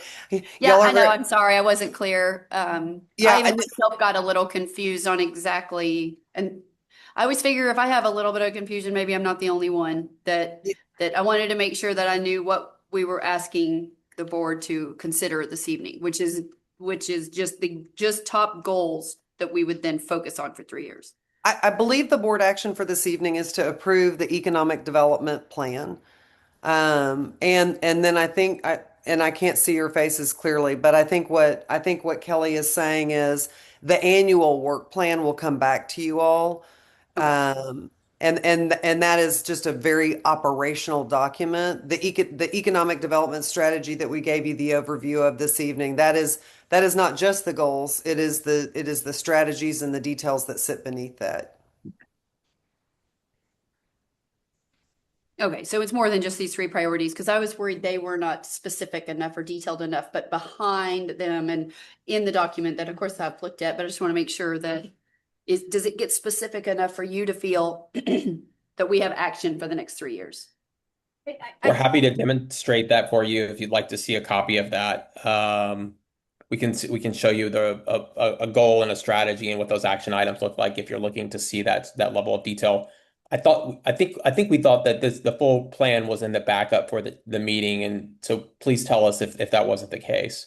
It is, yes. Okay, Okay. I'm more just asking the staff if this is what they want to work with and that they think is a good thing to work with for the next 3 years. I think from a goal and strategy perspective, this is meant to be a little bit higher level than that granular 1 year That we're annual used to work seeing. plan that you're Okay. used to seeing. And so from that standpoint, yes, I think this gives us enough to go on for the 3 years, but we need that 1 year work plan each year to be revisited by. Okay.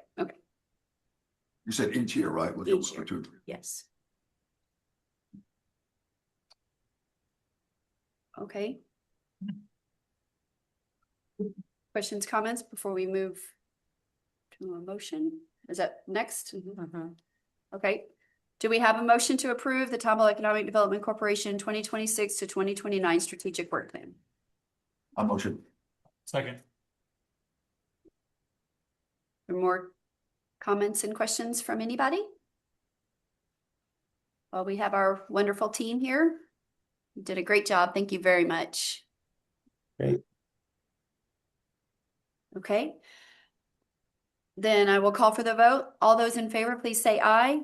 Aye. Any opposed? Motion carries unanimously. Great. All right. Thank you, Laura and Stephen. Yes, thank Thank you. you, guys. Thank you guys. Thank you Good to very see much. y'all. Good to see you. Be well. All right, presentation by AIG Technical Services regarding phase 1 of the Old Town Parking and Mobility Study. Yes, I'd like to introduce Patrick Rummel with AIG Technical Services. Patrick and his team have been leading phase 1 of this effort, which is evaluating current and future parking needs in Old Town while laying the groundwork for a broader mobility strategy that will support future redevelopment. Throughout the process, AIG has worked closely with TEDC staff and a stakeholder advisory group representing businesses, property owners, residents, and community partners to ensure that the recommendations reflect both technical analysis and local perspectives.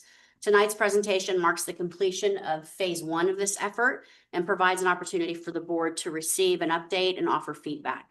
Patrick, I'll hand it over to you. Thank you. Good evening, board members, chair, directors. My name is Patrick Rummel, as she said, with AIG Technical Services. I'm here to give you an update on our parking and mobility study. Like Kelly said, you can go to the next slide. There's kind of 3 parts of it, but essentially it boils down to evaluating where the city's parking is at today. Is that good? Is that bad? Is it perfect? To identify different parking strategies, way we count how many we need, and develop any type of solutions that we have to provide more available parking spaces for the public. The three goals that we talked about were the parking study. The second step was the mobility study. That's how we get people to move around, both multimodal, that's people walking, that's people driving, et cetera. And then the third phase is the Bollard plan that is very close to being substantially complete, hopefully on Thursday. But that's not the purpose of this presentation. The limits that we're talking about encompass most of the Old Town District. It's bound by Huffsmith, Chestnut, Baker, and James Street. In that light blue line, you can see that's the Old Town boundary that's defined in the comprehensive plan update. In the red line in the smaller area, that is an area that's defined in the ordinances that is exempt from providing parking. Next slide. So the first step that we have to do, we have to count how many stalls we have in this study area. That includes on street, off street, public, private, et cetera. That was closer to the easier part of this. As you can see on the map, we kind of identified where most of the parking is. It hugs along the 2920 corridor and mostly within the Old Town District. Next slide. And the next part is, well, how many parking stalls does the city need? Okay, we started with existing land uses based on their existing land use map. What we did exclude were residences because public parking is more centered around retail, commercial, office, and industrial uses. We did adopt the city's current parking ratios. We did have discussions internally with the stakeholder group about potential modifications with that, looking at surrounding areas, surrounding municipalities. At the end of the day, we all kind of collectively agreed to stick with the existing parking ratios to determine how many we need. Next step. One of the tools that we have at our disposal is, as part of determining how much we need, is the City of Houston shared parking matrix. Okay, this is directly from their ordinances, and this helps look at a potential reduction in the amount that you need because it takes into account the time of day, the day of week, and different business types, such as a restaurant or an office. They've got different demands at different times and different days. So this matrix is going to be applied, and I'm going to show you kind of a little picture here in the next slide of what that means. Okay, so we've got essentially 3 different ways to look at how many parking spots do we need. The first is self-park. Okay, that's taking the city's ordinances, applying it to every single piece of property that's commercial, retail, office, like we talked about, and applying their parking ratios. And everybody has to provide their self-parking. All right, and kind of the image that I show on the screen, that's a lot of parking and potentially a lot of empty spaces. All right, on the other end of the spectrum, what we looked at is what if we applied shared parking across the entire board? And that's a shared global parking. And that allows everybody to use public and anybody else's private parking. So if you built your own private parking, anybody can use it. That's the other end of the spectrum. And so what we've been looking for is that sweet spot in the middle. What is the shared parking approach that we can use to build the right amount of parking? All right, so next slide, we're going to show some of the results. What you're going to see here, the non-shared parking, that's the self-park, applying all of these ratios. The public shared parking is applying that City of Houston algorithm or the matrix table that you saw. So the net demand, that's the how many people or how many spots that we need. As you can see, non-shared is a little bit higher. The reason is because that algorithm and that matrix, I get a reduction on how many I need. Type of business, day of week, time of day. And this is how we see it right now today, right? Yes, sir. That's correct. Right? This is existing. All right. Based on lease property now are at 100% capacity. This is based on the current land uses that you have right now and the amount of parking that you have right now. So if we had 30% vacancy right now, that's taken into effect.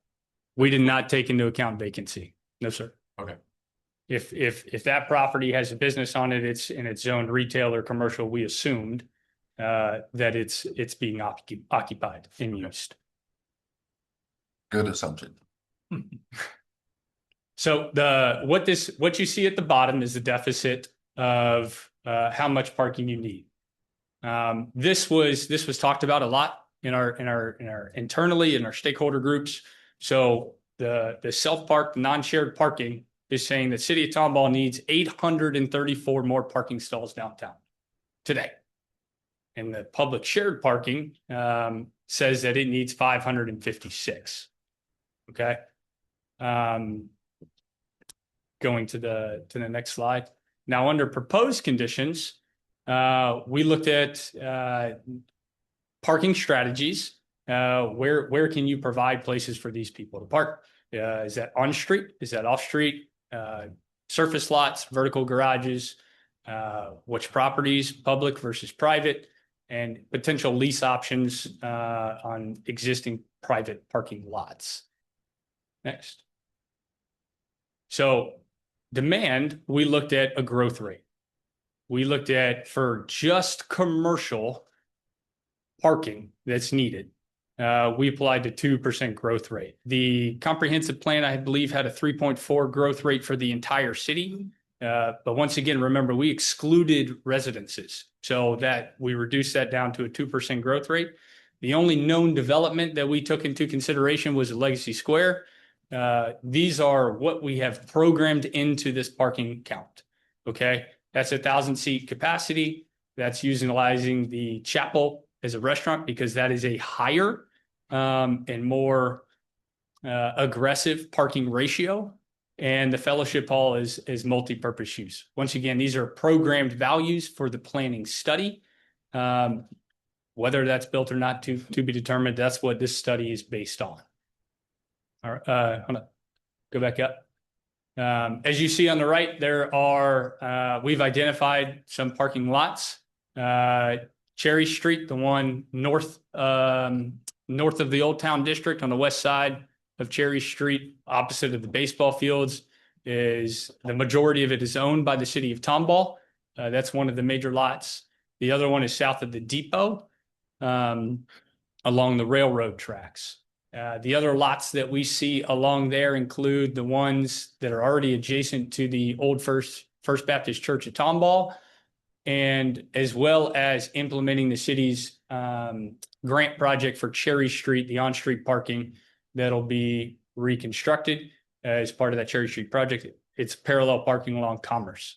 A couple other lot locations that you see north of Houston Street along the railroad tracks. The city's currently under design of another offsite lot matching. It's basically a copy and paste of the one that's adjacent to Main Street. And then the potential future of head-in parking adjacent to the baseball fields along Elm Street. What I'm going to do is I'm going to show you, go ahead, next slide.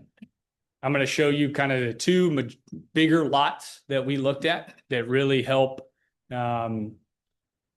determine and get us to the amount of parking that's required. The offsite lot, that's the one on Cherry Street. It's got entrance and exit along Cherry.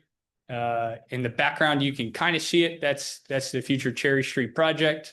And then it's got a shared access path for pedestrians over to Epps.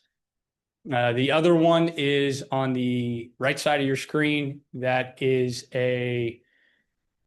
just south of the depot, and it does provide connectivity to that alleyway or that boardwalk style at the south side of the depot. Go ahead, next slide. Throughout this process, we've done 3 stakeholder meetings. This is our second TEDC board meeting. We were involved in the public meeting, and we also gave a presentation to the Legacy Square Advisory Committee. Kind of hard to see some of that feedback. Next slide. So this is really the first part of the study upon agreement of the parking locations, kind of our calculations. The next part is to figure out how to get people to move. That's the multimodal mobility study. It's people walking, cars driving, and any other types of transportation. That concludes my presentation. Be open to questions. Back up 2 slides. right there on the lot on the left side. Mhm. I know people that came in, I took a poll, there was 17 of the 20 comments were about the parking lot. There was never a discussion, even in the strategic planning, about that being a thoroughfare between the houses. That was always a pedestrian lot. Was that correct? Yes, sir. Okay. So that this, just for record, there was never a discussion about that being a driveway or an ingress egress other than pedestrian. We looked at it. We originally had a bollards, removable bollards in there, depending if we wanted people to go back and forth there. But right now, our final proposal is just a pedestrian path. So all the driveways would be ingress off the Cherry. Yes, sir. That's correct. Is a levee possible on the west side of the property? So we didn't have lights to, when we plow it, and build a small levee up so that people wouldn't have problems with lights coming in and or noise. And what's the lighting proposal for that lot? So that would be more involved in the design portion. What we did as part of this planning, we did provide buffers along the west and the south in accordance with the city's tree ordinances, clarifying whether that is blocking all of the light trespassing. That's more into the design phase. So we were targeting how many cars can we park here is a planning level. Okay. Not full design. Okay. One other question, maybe you can't answer it, Patrick. Sheet flow, water runoff is running from west to east, correct? Towards Cherry? Generally, yes, sir. Okay. And running north as well? Yes, sir. Okay. So you bring up a good point. The amount that you can build now, right, without having an adverse impact is contingent upon Cherry Street being constructed. Cherry Street currently has a detention pond located in the triangle piece. Right. That's going to offset any of the impacts with the Cherry reconstruction. This lot, say Cherry is there, that volume from the surface runoff is going to be programmed into that detention pond. Should Cherry Street, the grant project, not be constructed, this site, in accordance with the city's drainage criteria, would be required to provide on-site detention in accordance with Harris County, because they currently own Cherry Street, and the city's drainage criteria. So what if the city could also come up with a drainage plan in the Pecan subdivision that was holding water, where we could bring water under or through a ditch where they're having problems on East Pecan? We could actually help them with that through this parking lot or through drainage that would connect to Cherry Street. And I would say, as part of the design, if there's any offsite sheet flow coming from that neighborhood here, it would have to accept it. You'd have to what? It would have to accept that water, and it can't block it. Yeah. It would have to accept it and not have an adverse Who impact. the resident brought up that to the plane adjacent down at property. the curve. Right. So if the city could address that, they'd actually help with the draining on East Pecan. Question. So sorry, new guy on the board, but so the stakeholder and public involvement, who was involved in those stakeholder groups, or I guess how were those appointed folks that were appointed, people that were asked? Was that more broadly, or was it the public broadly invited to participate in that? We specifically chose individuals because of their involvement. So we had somebody from the farmers market, somebody from German Fest. We had Teresa Latsis, who owns a lot of the property in downtown. Help me out here. I think Scott from Tejas was on there. We had a total of about 10 people on there. Drew with the city. Yes, Drew with the city. Public Works. So move for the project, so move on for Legacy Square, so. Right. Yeah. And also, just to reconfirm that this particular parking and mobility study has absolutely nothing to do with Tomball Legacy Square. It was something that was needed anyway to figure out the parking demands in town. So it takes into account Legacy Square. It takes into account the overall parking needs of downtown as a whole. Legacy Square, we would have to do a traffic impact analysis, and that would be kind of its own thing. Instead of just doing that and seeing the impact on the adjacent streets and the adjacent neighborhood, what we decided to do was the full downtown parking and mobility study to look at the overall impacts of the whole thing.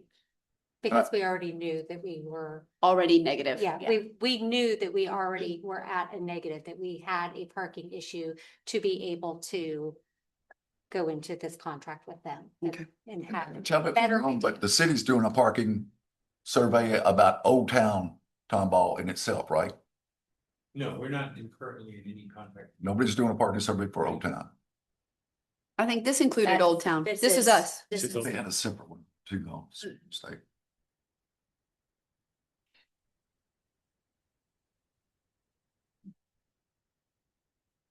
The one on the right is, once again, that is south of the depot, close to the park, to the railroad track. Yes, ma'am.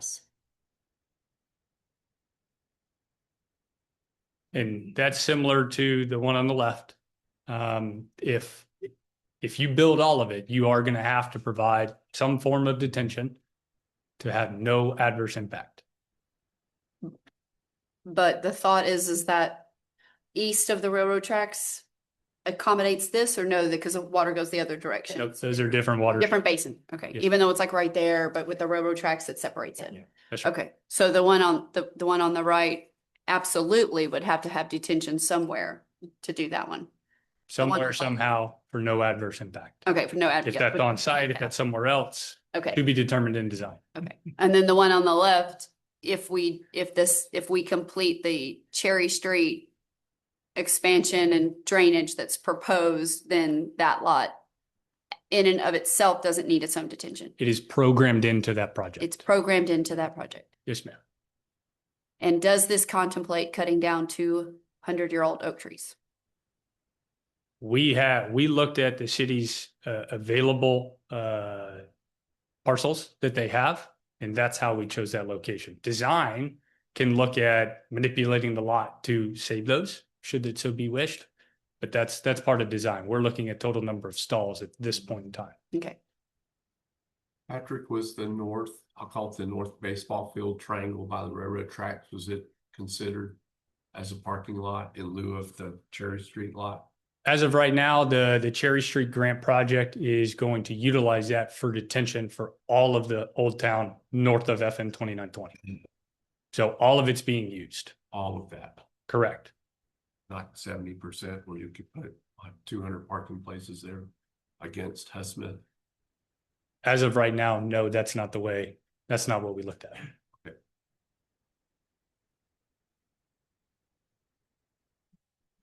Okay. And this is presentation only, no board action is required. Okay. Thank you very much, Patrick. You're welcome. And this is not your only question. Like you guys, anybody on the board could call him up and ask him questions. So. Oh, it's like, it's what I know what happens next. I know he mentioned that now we potentially, that we know to go to the next step. So what does that look like in practice? Sure. So what we're going to do is we're going to finalize our results. We're going to write a report. Okay. And then upon acceptance of that report, we would move into the mobility phase. Right. So where do we want to move people? How do we move people? What needs to be improved in order to make no adverse impact for all of this parking happen? And we'll have to accept that plan once it's finalized and actually make board action on it. Yeah. So if there's significant issues with what they're showing, they need that direction now.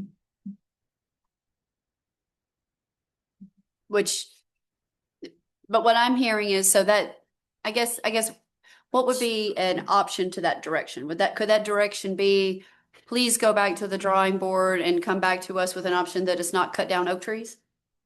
That could be a direction. Well, Or I'm just throwing out what an option, or please come back to us with an option that provides more of a buffer against the residential areas. And what I will say is, in order for them to do that with the tree buffer, I mean, really to do it right, you need a tree survey. And this is higher level. Okay. So keep in mind that this is probably the 30,000 foot view of where we can put parking, what generally those counts look like.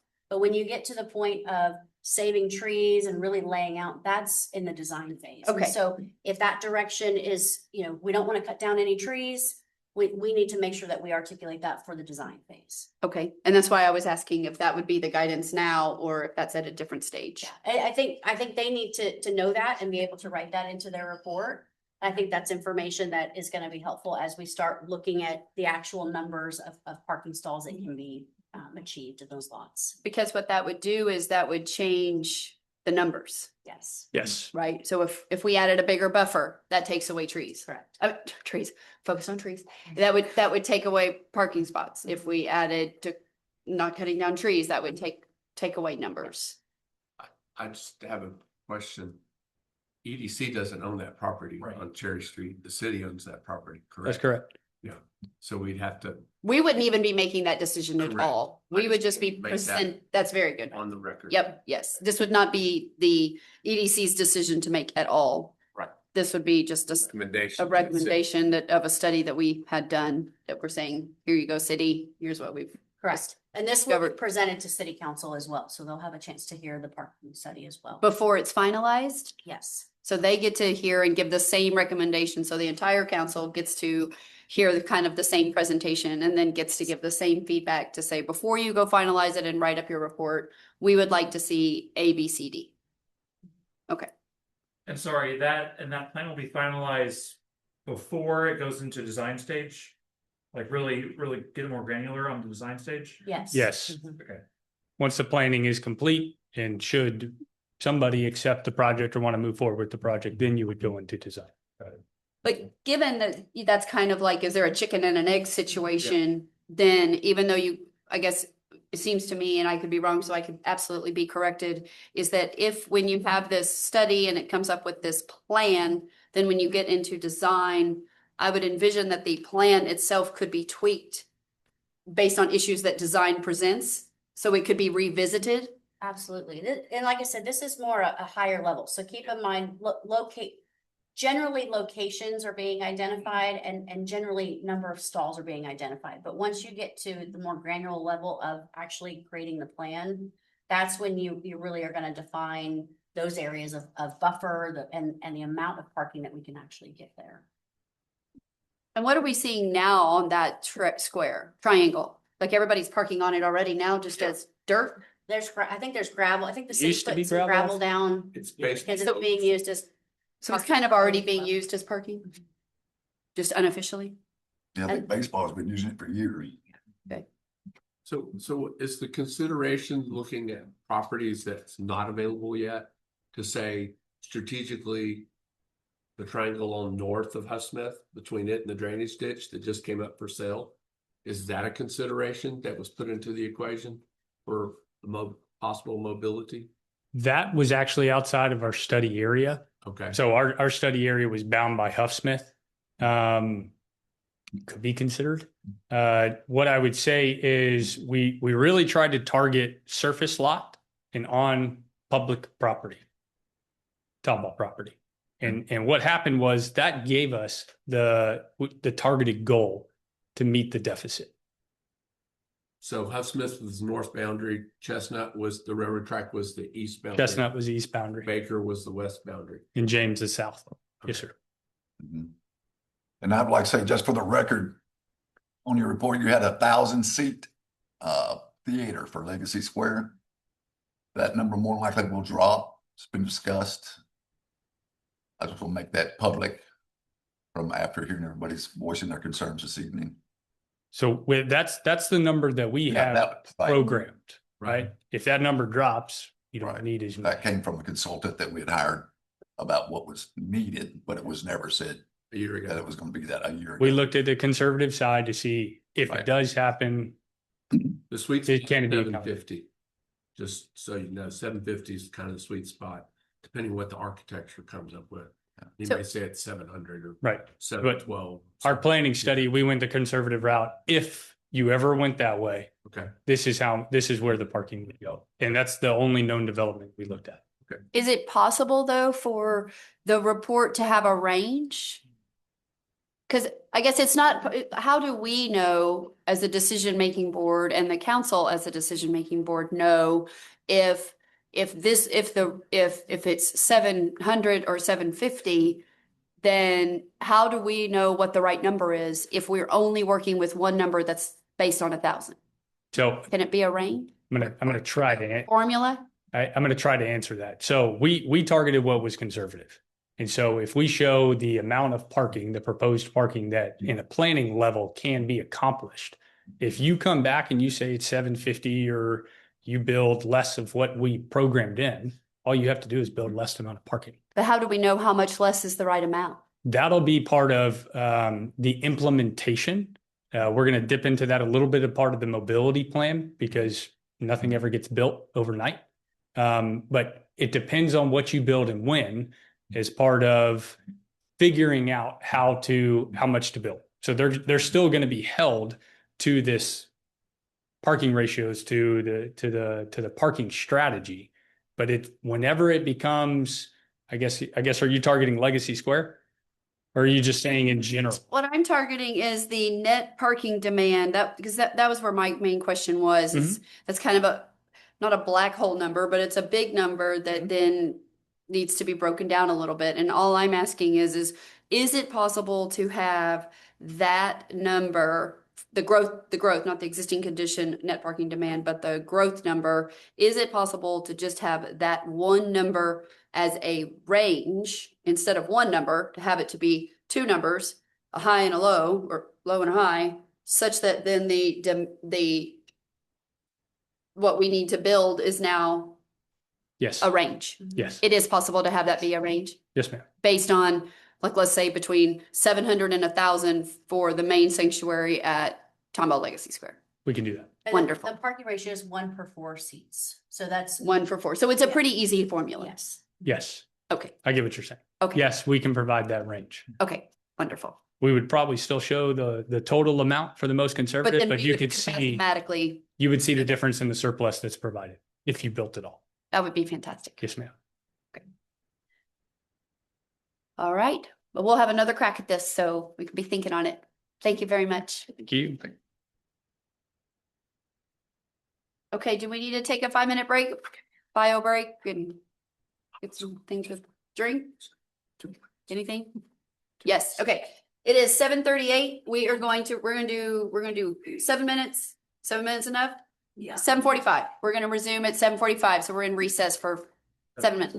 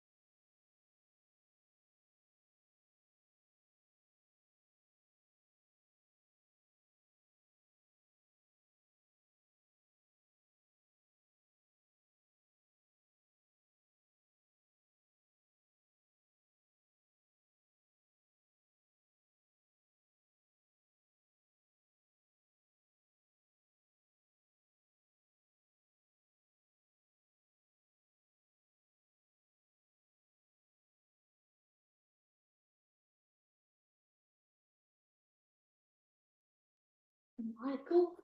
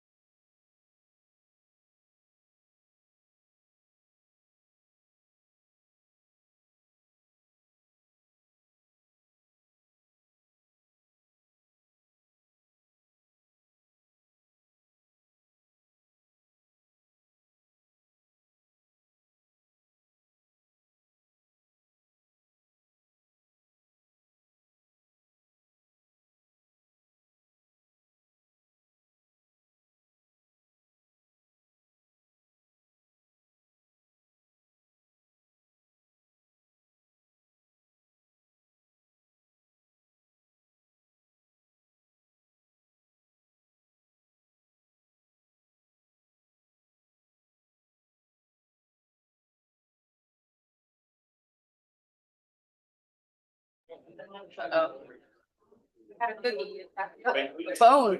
Oh, there it is, there it is, there it is. Basically show that there's better code.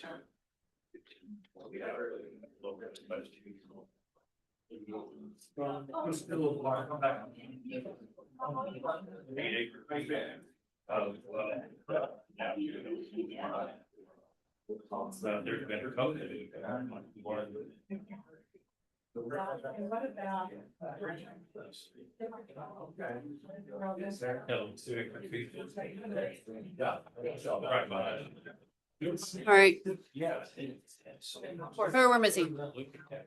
2 men and 1 woman. Are they all in the bathroom? Are they eating chicken nuggets? Oh, there's Wayne. Wayne and Danny. Excuse me, Wayne and Danny. At least if they sit down, we have a quorum. Yeah.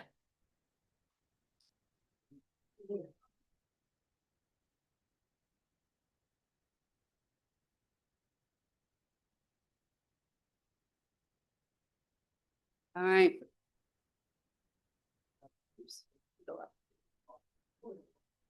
Okay.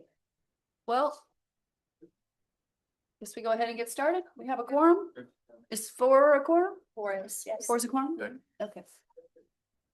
Do we know? Okay. Well, gonna get going here. Okay.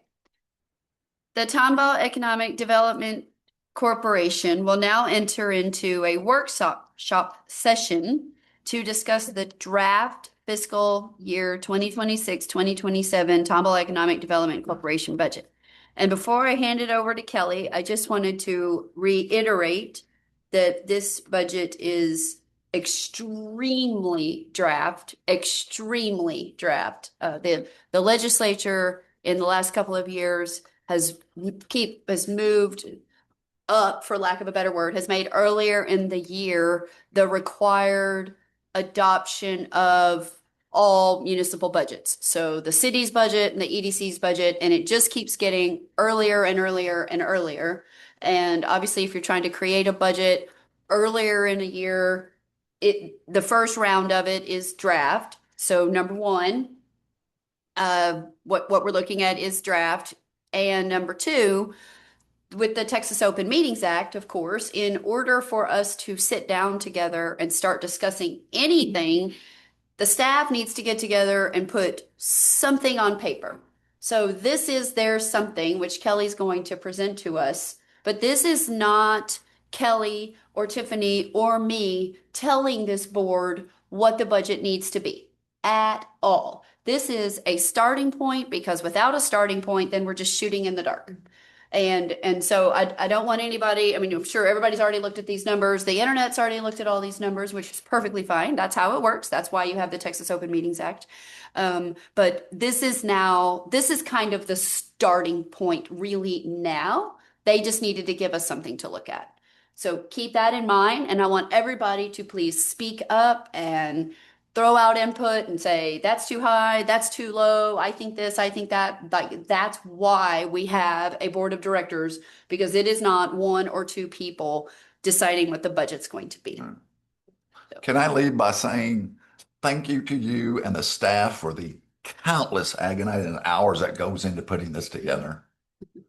Well, it's mostly the staff, but I do help them just due to my accounting background and experience. Task. It's a lot of numbers. You look at this and this even of itself is a lot of numbers, but there's 10 times, 100 times more behind there. So thank you, Danny. But thank you.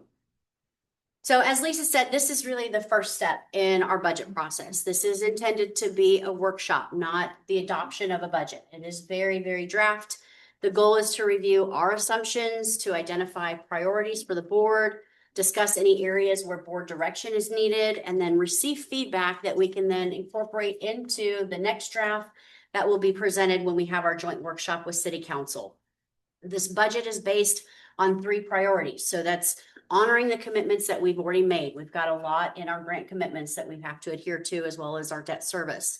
Investing in infrastructure and projects that create long-term economic value, and maintaining flexibility to respond to new economic development opportunities. Those are really the 3 priorities that we went into when we drafted this budget.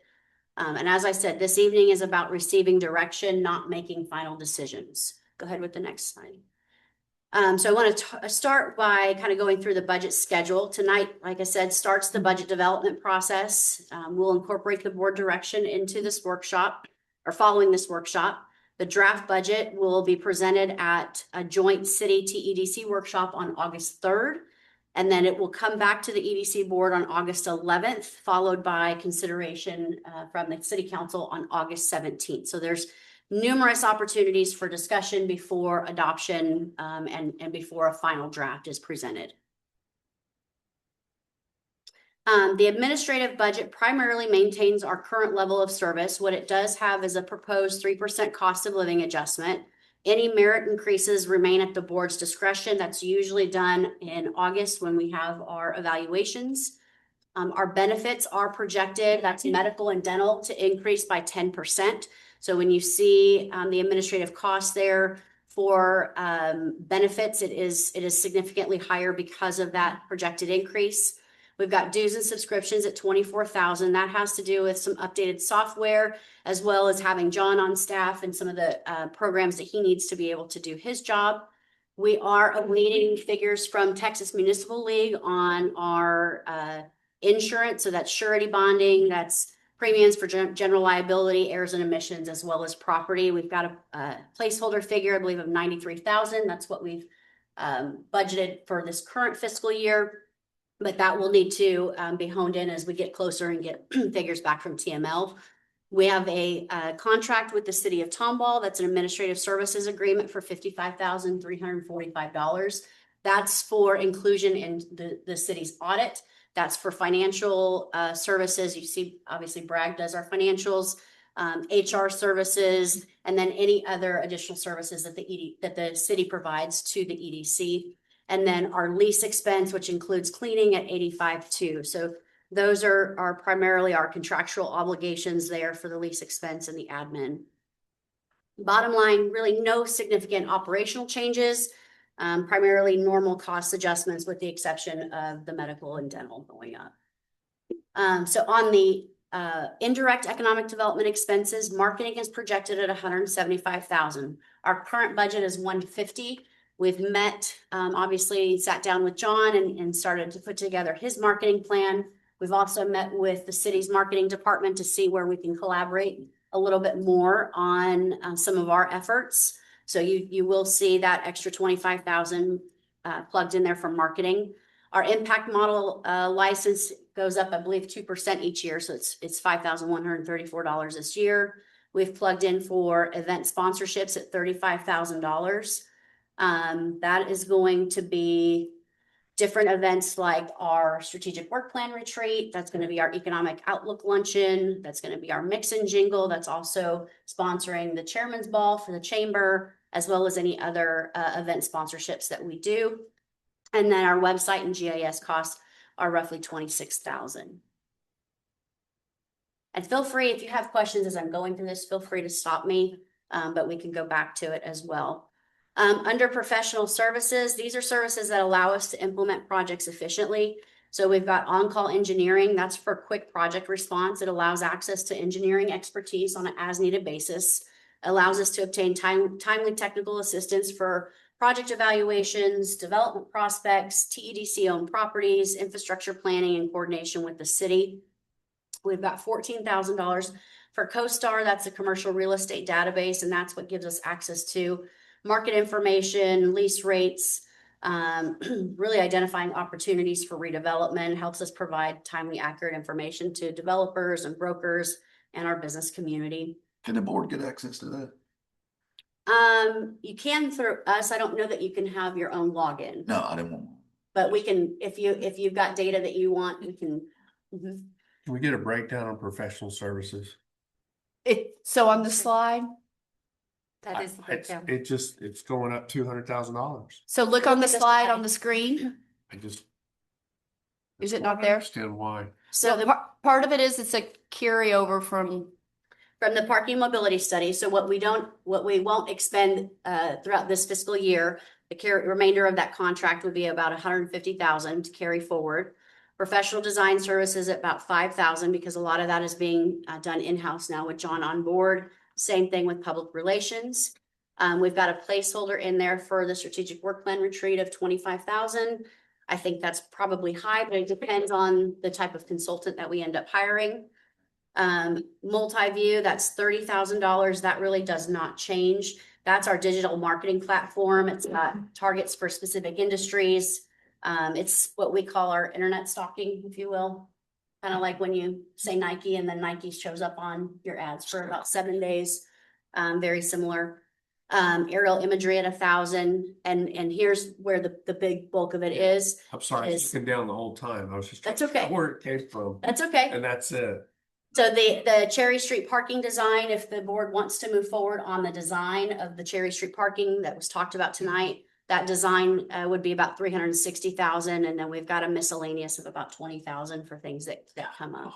So do we want to stop here and talk about that now? This I one, think we want to table that. table it and That's come a back? whole Another discussion. Right, I'm just offering, absolutely just offering to have her, Right now. to have her keep going but it's good to see. No, I agree with it, but for the people that we've heard, we haven't gotten the city's input. Yep, This might be a scratch anyway. it might be. Might be we're moving somewhere else. But it would be right? easy to know what that number would be. It would go down by 360,000 to. It's later situation. Right. I thought we were doing asphalt or limestone. I didn't know we were doing concrete with gold overlays. 360,000 just for the parking study. That's the design. It's just. Is that, I mean, is that absolutely not what it too costs? bad, is it? Is that right, David, in your opinion? I think that. We don't get a coupon or anything. Any kind of a bulk discount, Yeah. multi-use discount? Cow Day at Chick-fil-A, we get something open. What's that? It really depends on how big we can all get on that. But I thought the whole parking thing, from what we heard last time at strategic plan, it was gonna have to be done in phases anyway because of the detention pond. So is the 360, does that coincide with the overall design of the whole project, or is that just the partial design of what we were gonna get built? That's roughly, if you built the whole thing, that's roughly 10%. This is 10%. So you're saying 3.3 million for the whole thing? About 3.6. To build that triangular parking lot. That's all 300 parking stalls. Right. Okay.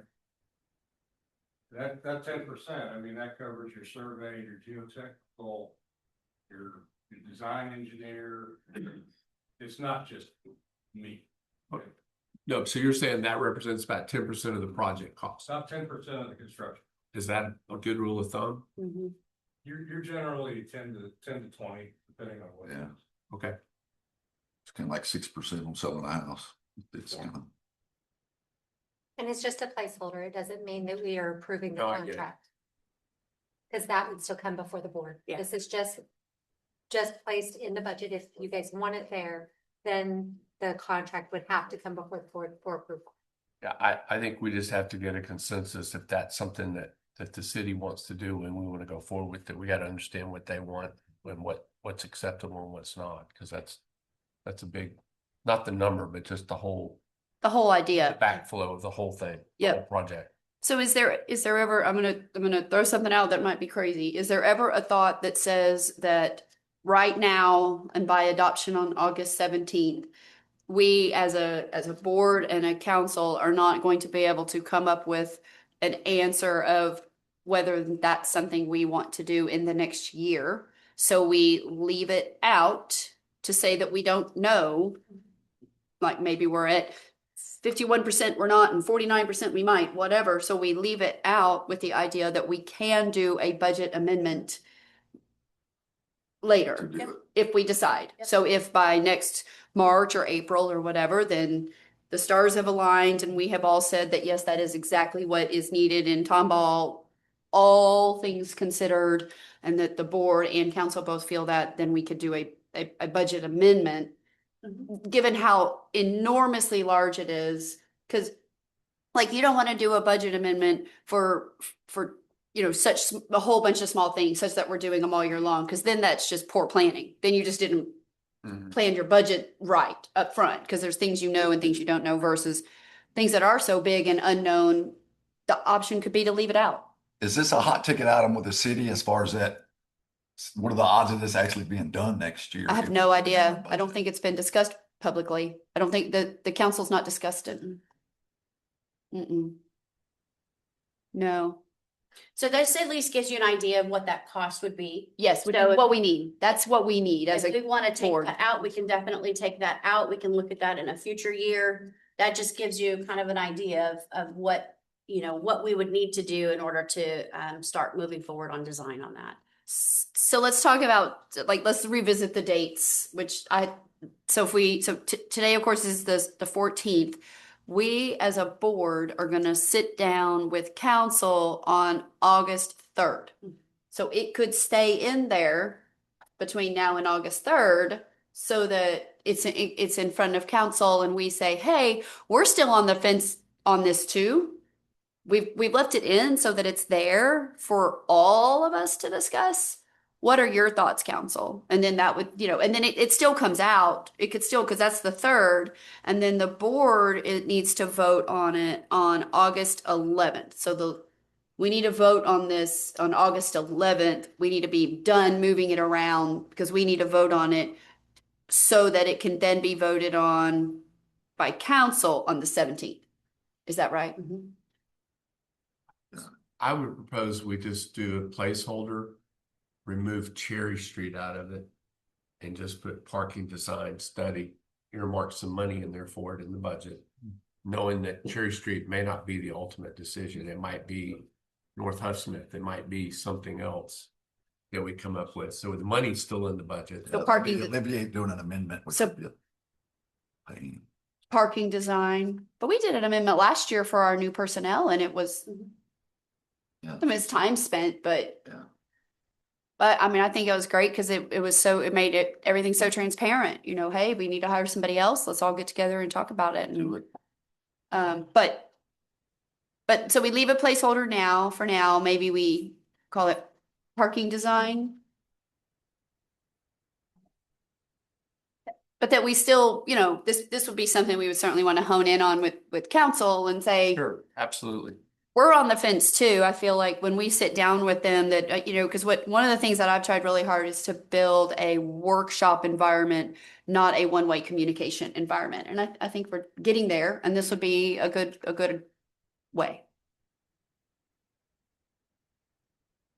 Not to put you on a hot seat, but what's the average time to do the design of this for a lot this size? Wait 4 to 6 months.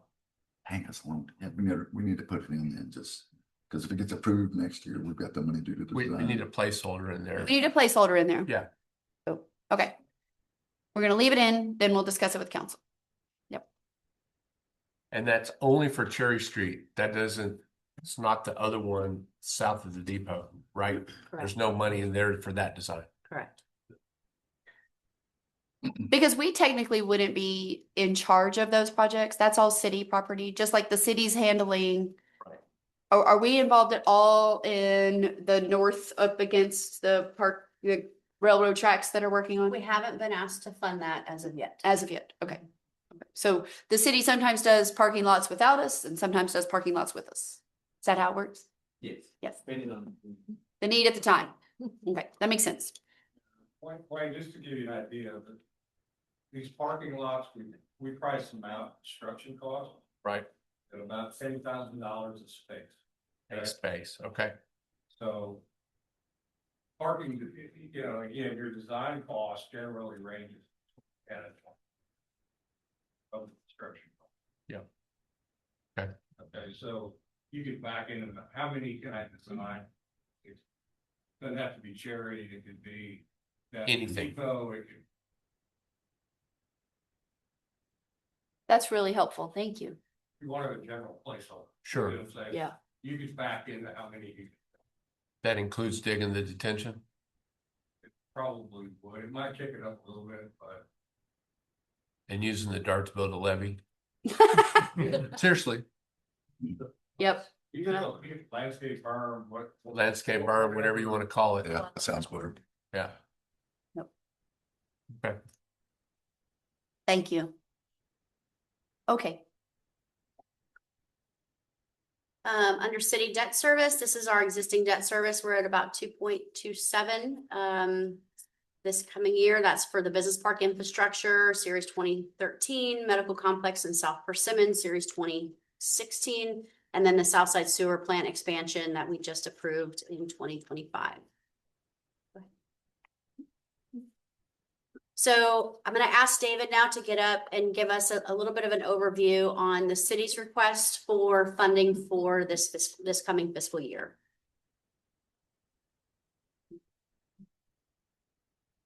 Okay. So this year, taking into account all of the different liabilities and the things that the EDC is considering, so we do take that into account, and we're trying to be very cognizant and aware of that. So this year we have two projects, and one of them really came and landed into us pretty late in the whole process on when we're evaluating these projects, and so. That one I want to go over real quick first, and that is the Collins Strong project. If you remember about, I think it's 2 or 3 years ago, the tragedy that 5 of the Collins family were killed, and they have secured state funding for a project to memorialize, to do a memorial for that, and it's at $1.6 million. They've been talking to various agencies and organizations. They talked to Harris County.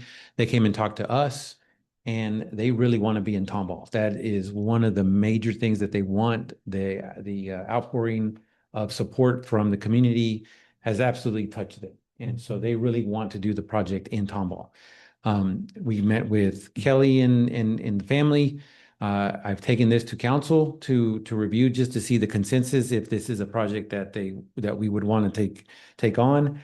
And so with that being said, we're at the preliminary stages of that. So we threw together a very rough budget outlook. And so we want to do the first phase would include really the architectural and the engineering portion of a feasibility study, really to start with. But the project cost that we have in here would do all of the that preliminary process or the engineering and architectural. And so that ask for this year and for phase 1 is $300,000 to do and get started with that. And what that project is right now is what we discussed is doing a very nice large pavilion located at the depot. And it's going to be at the north end of that parking lot area that you've seen. There is the area that we have identified. Of course, that has a lot of drainage issues that go with it. So that part of this phase would address the drainage portion, which then in turn would help for future development of that whole area for a parking lot or whatever we decide to do with it there. So this would be the first phase of that. And that pavilion really is not just only a pavilion. It has an office set up next to it, a warming kitchen, restrooms. And so it's really the idea is for it to be a gathering place for the community. Public restrooms or private? Public restrooms. And it'll be a multi-purpose pavilion where, I mean, right now, of course, it's very conceptual about having sliding doors to where we can close it and make it an amphitheater. If you wanted to do outdoor music, just have a gathering place. I mean, it's the concept is really outstanding, I think. So that's what the first project is. The next project is a Cherry Street Pocket Park, where we did the public restrooms that are painted with the German heritage look. Thank you, Lisa and EDC for doing that. I think it turned out really well. And so to start with the next phases for that pocket park, we're looking at doing maybe a turf area because it's going to be high traffic, small area, low maintenance. So we think that will really work and not have above ground type of play structures, like you would find in a regular park. We can have them built in, berms and slopes and those type of things with a turf, I think would be a great addition to a pocket park in that area. And so that ask, I think, is $200,000 for that first phase. And then we'll look at trying to fund some of that through the city budgets as well. And so those are the two main asks that are new asks for this upcoming budget. The rest of them are, as Kelly presented there, They're the ongoing ones of the 2920 utility relocates. That is projected to be a $4 million project, and the FY27 budget year would fund another million. And just as a reminder that none of those funds are transferred over until we actually use them. So it's at a reimbursement basis. But for planning purposes for the staff at the EDC is that we ask those in those anticipated drawdowns. The other one is the upsizing of the trees. The update there is the total cost is at $1.5 million. We have issued a contract for the purchase of the trees, and the first upfront commitment that is going to be paid is $625,000 out of that 1.5 million. And then we won't owe the rest of it until we're ready to take the trees, take possession of them of $75,000. And then real property, we're still in discussions about the property city facilities. And so out of the $2.3 million that the EDC has appropriated for that endeavor, we've only used $441,000, and with the balance of 1.858 million. And then the administrative fee, as Kelly, you talked about, that is anticipated to stay the same as we've had in the past few years. And then the debt service contribution for the 1.5 ongoing, and then the regular one for the business park. Any questions? On the College Strong project, is this a one-time, what's the total amount for the project? That's a very good question, because we don't really know yet, because we don't have conceptual drawings. We don't have, square footages. We really took a shot in the dark about what size this would be, and then a square footage. And then there's quite a big potential for outside funding. So donations and grants, additional grants that we're going after. So I think you said they've secured 1.6 million. They have 1.6 million of it. And then we are in discussions with other donors that are very interested in this project. And so I don't know how to answer your question other than this is phase one. And I broke it down into 3 phases. Phase one is going to be I don't have that broken down here. That's okay. Don't worry about it. I was just kind of curious if there's going to be some more large dollar ask. I'm kind of close to that, so I'm just curious. I'm hopeful that we won't have that. Yeah. I don't mean that in a bad way. No, I know. It's we've got a lot of commitments. The EDC does have a lot of commitments as well, and so this is a very worthwhile project, and I know a lot of people want to see it happen. Definitely. Wonderful. Any more questions for David? He'll just be right there, but wonderful. Thank you. Thank you, David. Okay. I'm scroll to the next one. On project grants, we've got it earmarked for 9.5 million. That accounts for just under 8 million in committed funds currently. Of that, the city commitments run about 4.8 million. So that's the Main Street utility relocations. And keep in mind, we've already allocated the 1 million in the current fiscal year. We're allocating the additional million in this upcoming fiscal year. We've got the carryover for the tree upsizing, and then the carryover for the city property acquisition.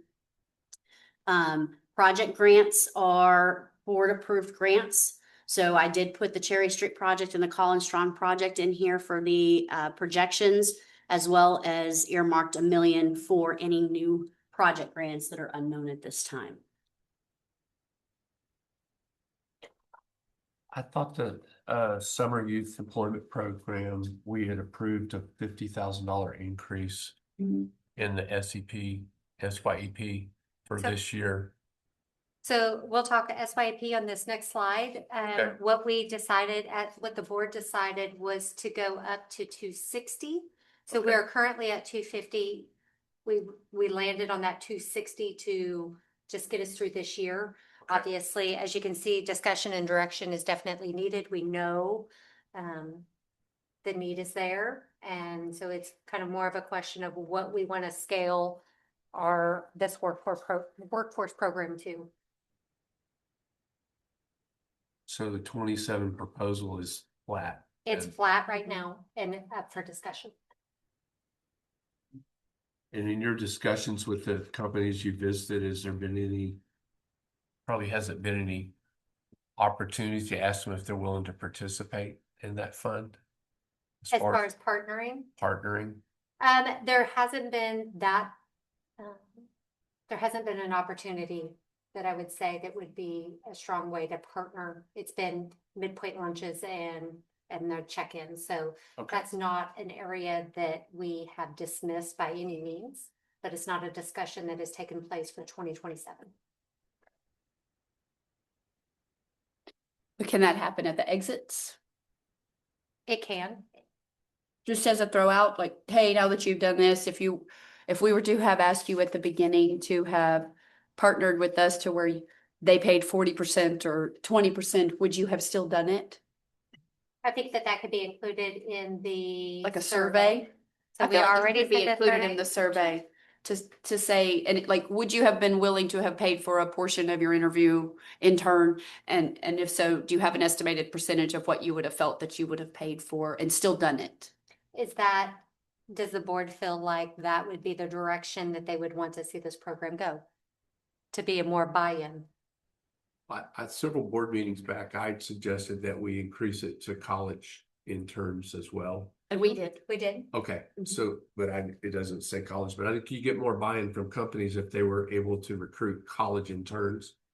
The fact that they're coming back, I would be more willing to pay if I knew I had a chance to get a good employer right then and make them an offer before they leave to go back. Otherwise, I'm gonna lose them most likely. So We that's how a definitely lot have of these college interns work. They get an offer before they go back to school. You said it, So right? even in my It's almost update- 50-50. Or you said the number and I tried to write it There were down. 39 high school, 25. I'm basing that off of memory. Yeah. From just a few hours ago, but 25 of those were college students that came. So think of Tomball graduates that have since left, went to college that we recruited home this year. So, I mean, that's pretty impressive. And so the JVR example that I gave you a couple hours ago, he's a college student. They are trying to actively recruit him once he graduates. But what I'm saying is if there was a letter written and I was an employer and I knew I could contribute a little bit to this program, and then I was going to have a chance to take a junior or a senior that's getting ready to graduate and give them an offer letter before they go back, I would be more willing to pay into that program. Along those same lines, we're gonna have to set a percentage of how many high school kids can apply and how many college kids can apply, because everybody's gonna end up wanting just a college for that same. Exactly. You And split. remember, well, yes, we can. Remember, there's two parts of this program though, that I'll always bring us back to. This is a workforce development initiative. And so if we only track them coming home, then we are doing nothing to educate them on their potential. And so if we send them off to school and then try to bring them back, we've done nothing to set the stage, right? We haven't given them any insight. We have not opened the door or opened the window to showcase what Tomball has to offer. We're not pre-planning them to come home. We're not showing them what industries are already here. And I think that is equally important in this program, that we have to come back to our roots, that we have to expose them and bring them home. Yep. I agree. I think like college partnerships, I think non-employer partnerships are actually where it's gonna be. I think that, yeah. Right. I agree. So I was thinking if you just ask the question, not that we're absolutely gonna make them participate. That I will say, I mean, just trying to think kind of off the cuff, that survey is going to come after budget. So it's not that I can't get that information, but it's not going to be in time for this budget. Yep. Back to us. Yeah. So it would be your recommendation to keep a placeholder of the 250? Is that accurate? Yeah, we can't expand it unless we get some other participation, really. Right. It's a big line item budget, 250,000. I think leaving it at 250 mandates that we find partners, because we know the program itself is going to grow with or without our funds. So what we don't want to do next year, we're going to end up with twice as many businesses and twice as many applicants. And if we're still at 250, but with no partners, then we've basically killed the program. because we're gonna be hiring so few people that it's gonna get word out on the street. You know, one in 10 people get hired. Well, no one's gonna keep coming back for that. As it is, a lot of kids don't get hired Correct. to begin with. And keep in mind that we're at what, less than 1%. Like this is our only workforce development initiative. I'm good with however we choose to move this program forward, but when you look at the full scale of this budget and knowing that workforce development is one of the number one key issues that face businesses, so we can talk business attraction and we can talk business retention all day. Their number one critical issue is workforce development, and we spend 1% or less of our budget focused on that. And so just throwing that little statistic out. That's a really good point, which maybe we need to identify more workforce development items then, and maybe that's lacking in our programming, because I do know we hear that from businesses all the time. It's not just our businesses. It's a Tomball issue. It's a regional issue. It's a statewide issue. It's a national issue. But just to keep that in mind, I'm happy to run this program however this board wants to. My call to action would be to, obviously, like I already said, not beating a dead horse here, keep the exposure as well as bringing them home. Set a parameter of what that goal looks like as far as what we want to place for workforce. I mean, I love the business improvement grant. I love the facade improvement grant. We have $500,000 invested into redeveloping businesses and stuff like that on the ground. Those are excellent programs. So is this. Oh, this program is phenomenal. I've had the opportunity to be more closely involved in the program this coming summer and being around the employers and the students. And I feel that this is a program that in 10 years, if it's handled right, it is going to be a nationally known workforce development from the bottom up program that was hatched right here in Tomball. And I think that if we do it right, which I don't know if we need a consultant or stuff to tell us how to do it right, but if we do it right, this program has enormous potential. Why don't we put that on our next agenda to see if we can get this pushed up the ladder, so to speak, Okay. and talk about it. And How then, to grow it and how to, and ink it in. I think that's a great idea. We've Yes, been John? talking about it for a long time, so let's light the candle, I guess is what I'm saying.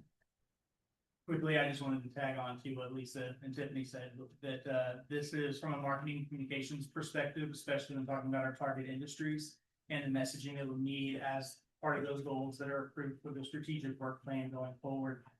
The biggest thing that I can do is communicate some really awesome projects that we have going on here that not only make us look good because of what we're doing, they do good for the community, for the parents of students, myself being one, as well as for the student themselves, no matter what age they are, now that we've expanded that.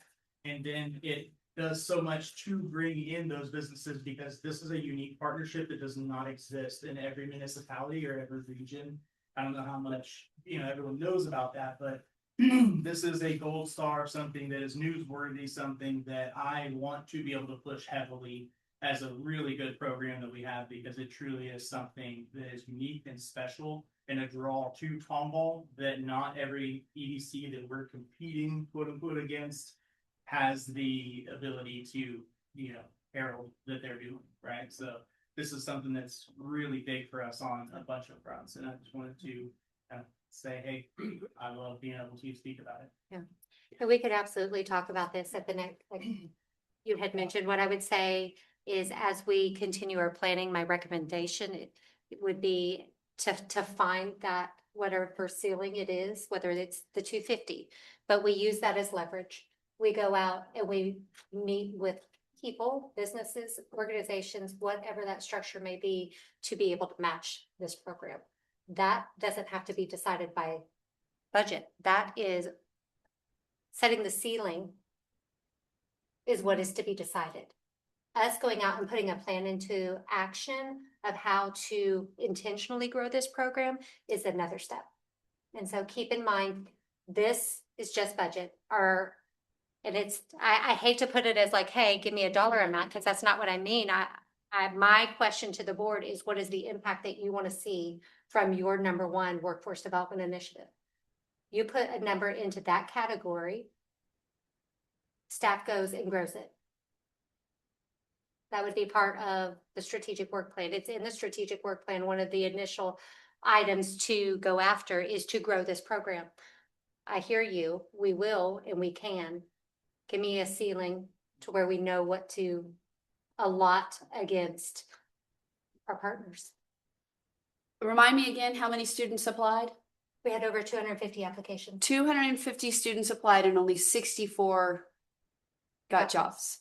So so using that, we need to We're already, basically double the budget we need from what exists is already. the funding for the project absolutely has to We can double. find places to put 200 and some odd people.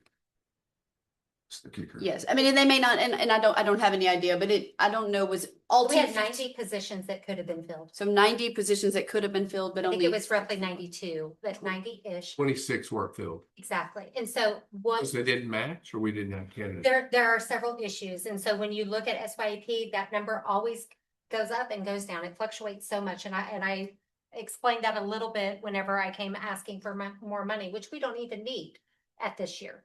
Because when they all put in, you might not have qualified applicants hit for a certain job that we have to drop off. We had a business that sold its building and relocated. They relocated literally on the other side of the road, made them ineligible for this program. So we had to pull them because they were in the ETJ, not city limits. So we lost that. That was 4 intern placements that we were no longer able to hold. So there's those categories.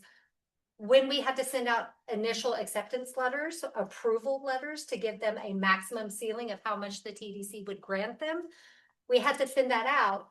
Several of them, when they did their interviews, that was the maximum amount that they offered to their intern. And because this program fluctuates so quickly, the hospital is a perfect example. They hired 7 interns. They were not able to extend quick enough and offer to say, I want to take this intern from part-time to full-time to give them a little bit more exposure, because we had capped them at a part-time for 7 interns across the board. So. Well, we need to put it on the next agenda item. I don't know why we would limit ourselves to just the city limits. ETJ, if they're kids from Tomball. We have to. We don't. We have to? Yes.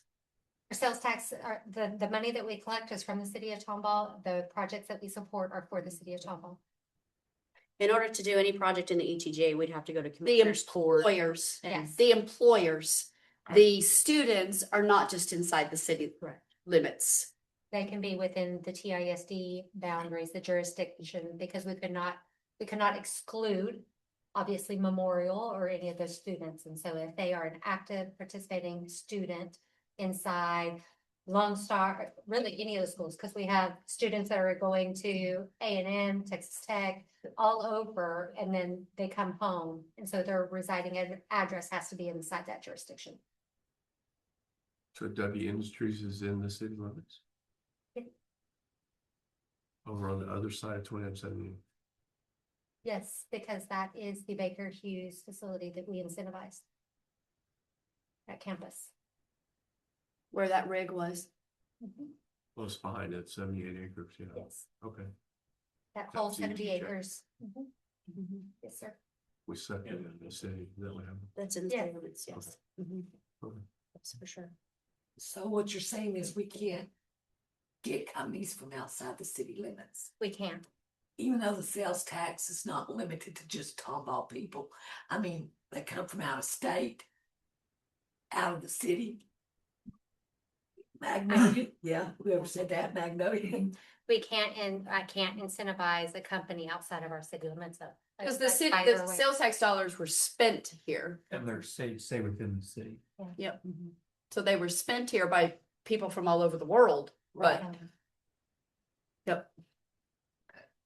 I wouldn't see why there wouldn't be a precedent for ETJ though, especially in like the Fort Worth, Dallas, and other metroplex areas. ETJs continue to do that. Why? I don't understand why we couldn't expand that program.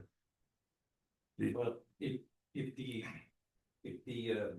criteria is that because we collections of sales tax have Right. within the city limits, and that's what But the EDC is a portion of that. Right. The ETJ, that portion of sales tax that's collected will go into the county. Right. The city doesn't collect sales tax in ETJ, right? We get basically zero economic benefit from incentivizing somebody outside the city limits. Now, the only instance where I can say that there is a somewhat similar scenario is a business that has a location inside the city limits of Tomball as well as a location outside. There are instances where an intern will be stationed at Tomball and they might go over to the other location for a training for a day or something like that, but they're still residing out of that Tomball location. But for this program and for the sake of all of our programs, our grant programs at the TDC, we have to stay inside the city limits of Tomball. The only time we've ever looked at an ETJ project is if they are currently going through a annexation into the city. So I guess for tonight, what would be ideal, if it's possible, and it may not even be, if we as a board had a dollar number that was a ceiling to give the step. And we may not be able to do that until we go all the way through this and look at the budget as a whole and look at the bottom line, you know. So we got a real number to give. To do that, wait till we know what we got. Yeah. So it's. But keep that in mind that we need to give them that. Or they can leave 250. I mean, that's a number, but just knowing how limited we are. How do you feel about 250 right now? Do you need more? Even to grow it? For next? I think that there is still growth. We didn't max out this year's budget. And so you're still going to see some growth. I think that if it is this board's, like, we need more understanding of how to grow this strategically and be intentional with it, then put the budget at the 250. That way we can spend this next year and we can make sure that it's outlined in our yearly actionable items that we report back to you on our strategic work plan of how we plan, plan might not be the appropriate word, how we intend to match those dollars. With partners. With partners. Okay. That's really what I would like to see. I don't want to leave it at 250 to shrink it or anything else. I feel like the program itself has so much more potential to grow astronomically in years and years to come if we discipline ourselves right now and start finding partners.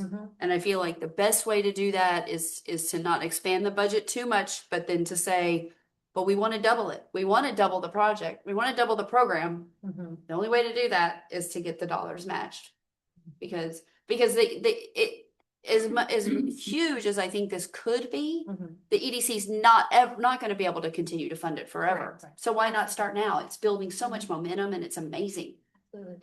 And we have started some of those discussions. They're just not far enough to be talked about. Like we've started the discussion with Workforce Solutions and Texas Workforce Commission. They are interested. They have met with us multiple times of how they could be a good partner. Is it going to be them matching this program dollar for dollar? No. Could it be something to where it's an expansion of this program where once they roll off SYEP, that they become their baby, and there's additional program hours there? That's still a win, because if we limit the business up to the 140 hours, then they go on their budget. And so there's multiple things that are discussion worthy, but nothing is solid yet.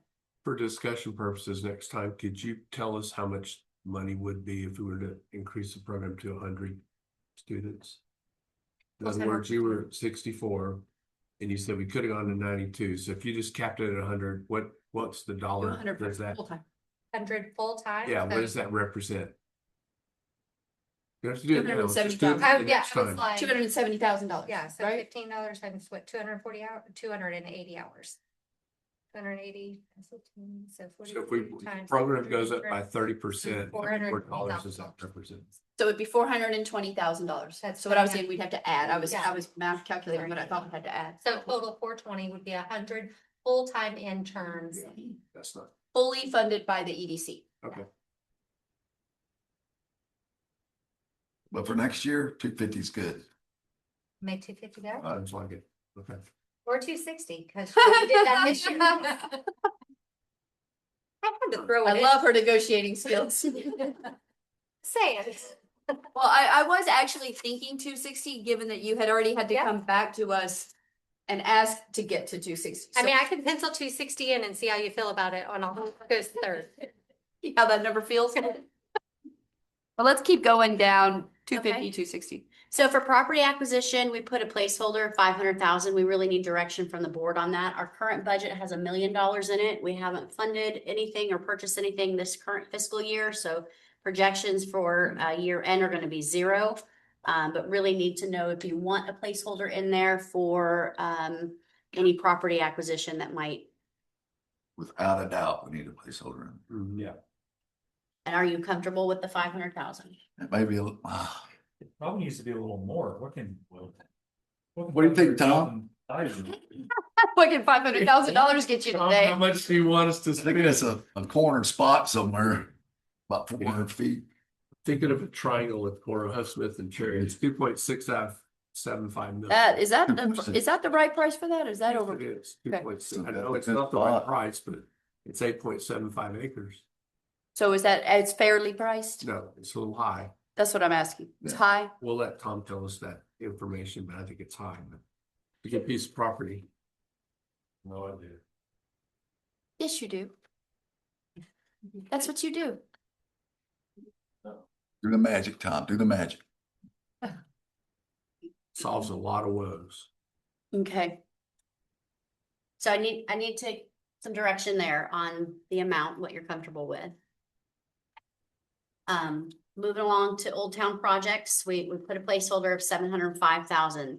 The billboards cost us just under 49,000, and I do need direction on whether or not you want to continue with the billboards.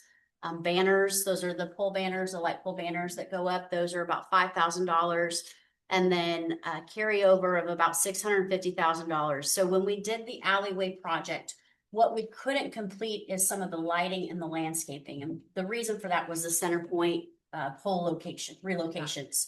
Now that that's done, we can pick back up and move forward on that. And so this is, I don't know what the cost is going to be. That does include 2 monuments right there at Elm and 2920. So as you're coming up over the railroad tracks, it would be monuments that look very similar to where the seat wall monuments are now with the lights on there. Yeah. But that's a placeholder, a carryover of 650,000. But these are really areas that I need some direction on from y'all. How many sets of banners is 5,000? Oh, One set? it's one set, yes. And it's the ones that are up there now? Yes, the red that say Tomball TX. And so we're going to get new ones? We get a new set every year? We do it every year. Mhm. We can change what it looks and says though, right? Yes, absolutely. So maybe we won't have a 4th of July miss? We didn't do the 4th of July one, so. No, because nobody did. I think we need to keep that. There were 4th of July? Where's it? There was some, yeah. Oh, I thought there weren't. They got put up today. Today? Oh, why did I read that there were none? Because there's misinformation on the internet? Well, it's never. Well, if that's. Even outside of our office has one. I thought there weren't any. I didn't hardly ever drive down Main Street because there's too much traffic. Yeah. But if you look at the whole banners outside our office, you'll see what they look like. Oh, okay. Well, I stand corrected. The billboard. Well, that was my one time this year to be wrong, so. You have placements. One time of this week. Those yet? So we have the 3 locations, the 2 in downtown, and then there's one on the southbound side of 249, just north of town. We can keep those locations if we like them. We can switch locations. It really depends on where we are. They range anywhere from about 700 to about 1,200 per month per location. I think we should design new ones. I love the ones we did, but it's time for a refresh, Right, I right? agree. Like, I mean, there was huge feedback, but now I look at it and I'm like, oh, it's kind of old, but And we did talk with Chris Lord at the city about possibly doing something for like some of the events, because it's about $400 to $600 to switch out the coffee. okay. So, I mean, we can make more changes to them. I need to let the billboard company know by September if we want to go ahead and renew those locations. So number 1, board, do we want to keep the billboards at all? Yes. Yes, okay. So yes, we want billboards. And then is 48,636 very specific? The right number to keep the ones we have, but not enough to switch them out multiple times a year. And how many does that represent again? Three. That's three. But not switching them out? What do you mean by switching them out, the banners? So you can change what they look like. I know, not a good phrase, not a good term. So does it need to be 50,000 so you can switch them out a couple of times based on what Chris Lord gives? That would give us some wiggle room, yeah. Because I don't personally think a budget should ever have $6 in it. It's just the exact number that they gave us for the cost. Do we need to switch them out? Is there a need? It's like their I think, focus. well, I mean, like the Government one, Fest, we could put those up, or 4th of July.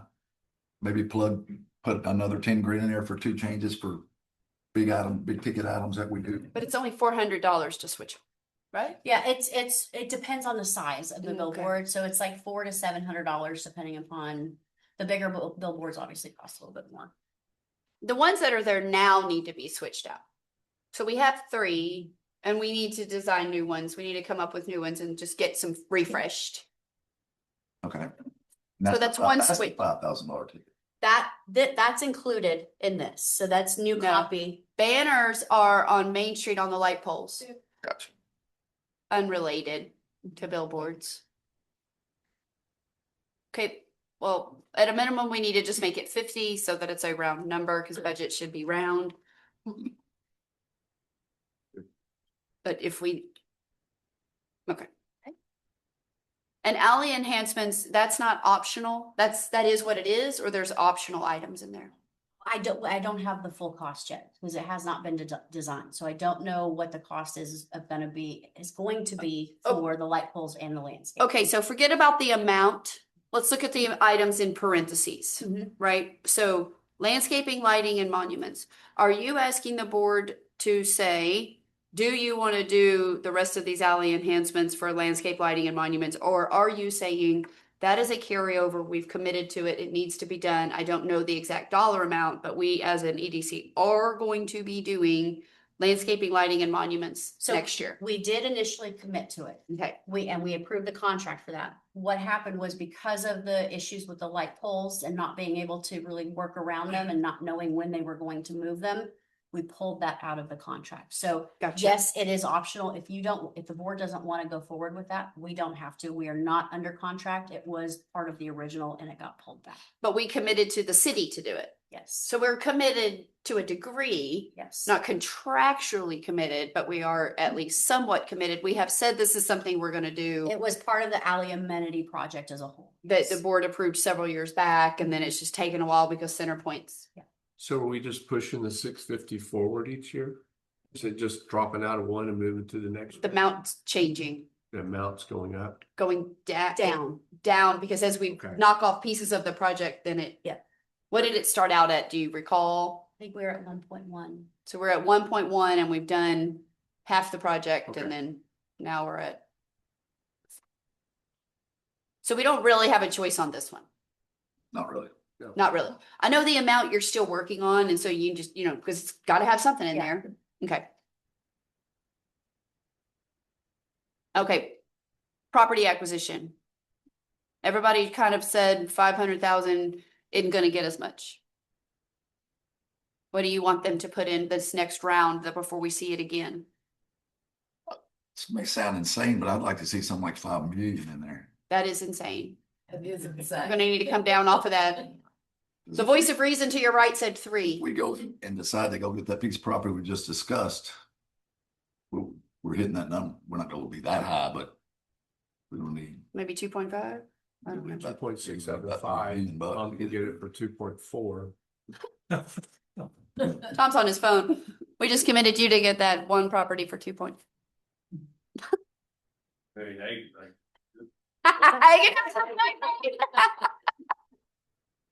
He's probably negotiating it right now on his I phone. think 3 million is a good.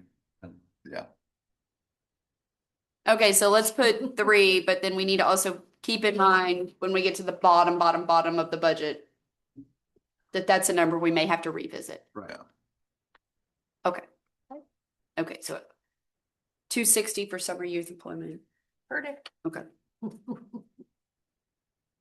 It can change, everything can change, right? I mean, we just have to have a starting point.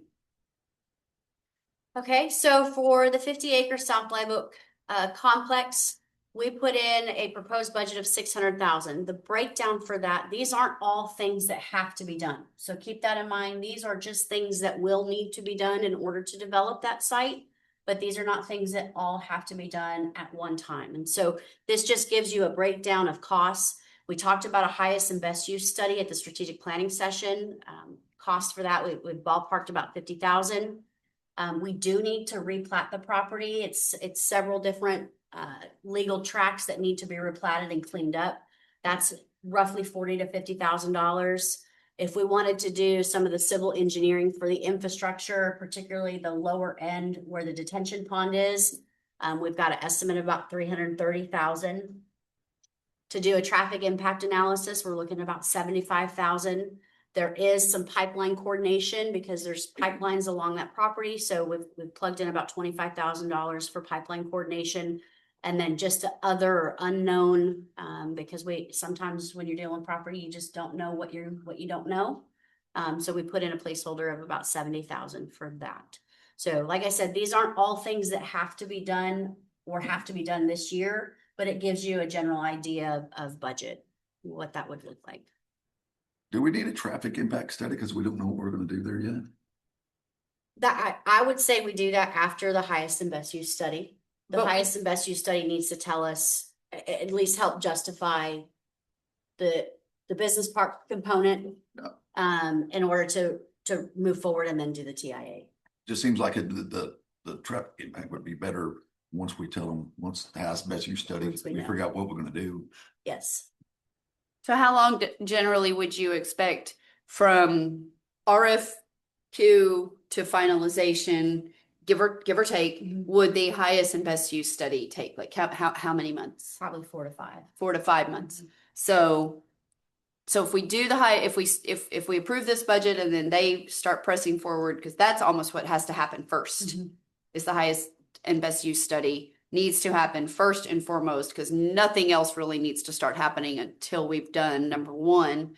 But if they do that, and then that's done by February of next year or March, and it says, here's your top 2 items, well, we can't move forward at all until we do a traffic impact study, because traffic is so tricky over there with the residences and the curbs and everything else. So I feel like we should have that in there, because that makes sense. Now, civil engineering, help me with that, that's way down the road. It is, unless the city needs to move forward on the drainage. So keep in mind, Drainage. you've got the Persimmon Channel. Okay. The channel is to connect to our detention pond that'll be on our site. So there is some connection that will need to be done there. Yep. Kyle, I don't know if you have any input on what that would look like as far as timing. Well, it's really extension of that Lizzie Lane ditch over to what will be detention for your property.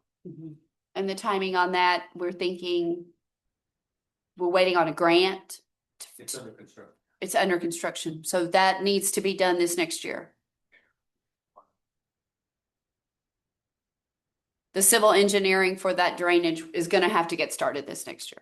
The detention pond on there? Well, yes, I mean, it's a need now, and we just don't have the funding to do the construction of that phase of the detention, because it helps now that you all secured the property and we're gonna partner, but we still don't have the construction dollars for that phase. We're trying to get a grant for that. Yes.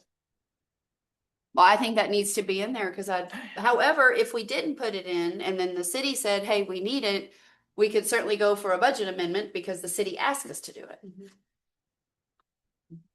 If we help on the drainage project, are we going to alleviate is there any potential wetland or soggy land over there that we're going to run into a problem with on the south side where the detention pond's going to go? Is that raised its head yet? You didn't say no. There is no such thing. No such thing. Okay. No. I said soggy land. Yeah. Soggy land. No? It is raining. Okay. Okay, Yeah. but nothing's been identified. No, what, Okay. not wetlands. Okay. Well, I think that stays like it is.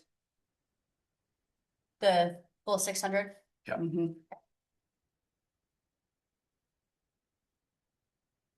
Okay.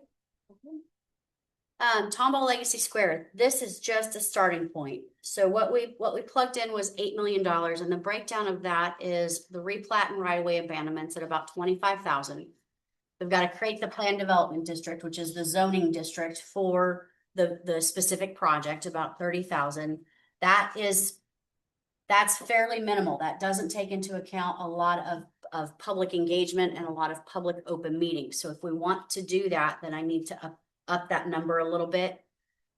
We've got a demo placeholder of about 500,000. We think that that's fairly solid. We're getting ranges of 300,000 to 500,000. So we're pretty conservative there.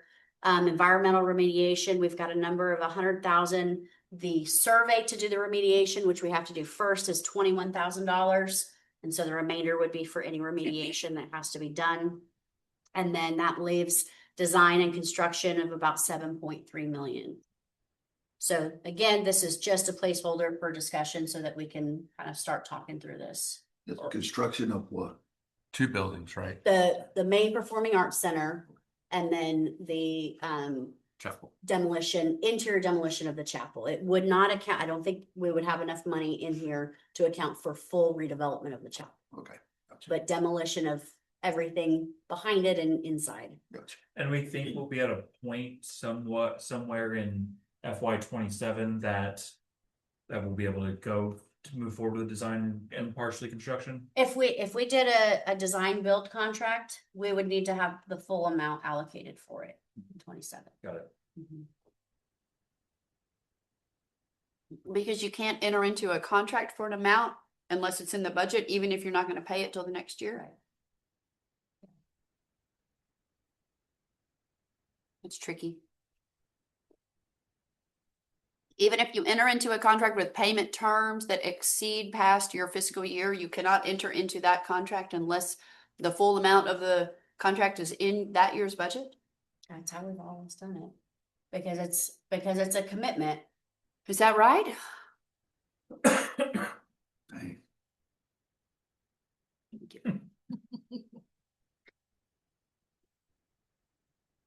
So a couple other things I know we need to talk about that. I'll just get through the last two and then we can go back. So just a couple other things to consider. We did not pull out rental incentive out of project grants. I think we need to. Rental incentives are like the business improvement grant. They go to the business retention and expansion committee, so they don't come to the board anymore. They're not board approved grants. So we think that needs to be its own separate line item. When we looked at our current commitments, we're at about 200,000 now. And keep in mind, the rental incentive is up to $10,000 max. So that just tells you how many businesses have taken advantage of it over this past year. So we would need a line item amount for that. And then if you wanted to look at a budget figure for Cherry Street parking or any parking lot, this is based on building half of that. So that's where the 1.8 comes from. Phase 1 of it? Yes. Okay. Go ahead and go back up to Legacy Square if you would. Thank you. So with that on the screen, would it be possible then to go to the papers in front of us? Yes. To start looking at some bottom lines? I feel like Absolutely. we've been through this enough. So what I put together is a 5-year cash flow projection. And when you start looking down the list, what I highlighted are a couple of things. So under revenues, I did put in there, you can see for fiscal year 26-27, that is if we were to do an $8 million loan this year. So the 267,000, that's the lease revenue that we get from South Live Oak and the First Baptist Church currently. But the 8 million, that's anticipating either a loan or taking out some kind of debt. If you scroll down to the next item that's highlighted on the left, future debt, Tomball Legacy Square, we put in a placeholder for fiscal years 27 through 31 of about $650,000. roughly what we think it would be as far as debt service. Obviously, we don't know exactly until we start, talking with a lender on that. But that gives you just kind of a general idea. And then we put in for project grants for fiscal year 26, we anticipate closing out at about $2.5 million.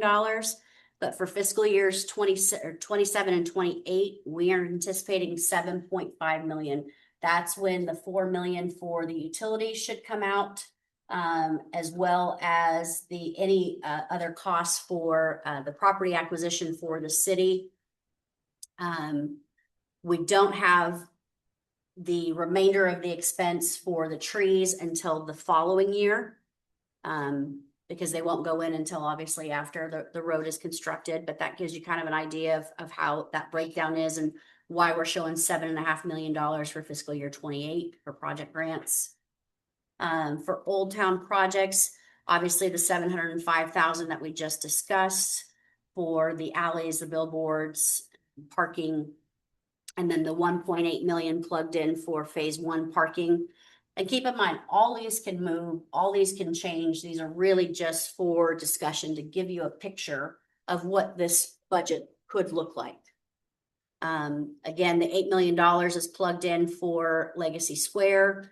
And then I plugged in an extra $2 million for fiscal year 28. That's in anticipation of any other improvements to, say, the chapel or the fellowship hall that may need to be done.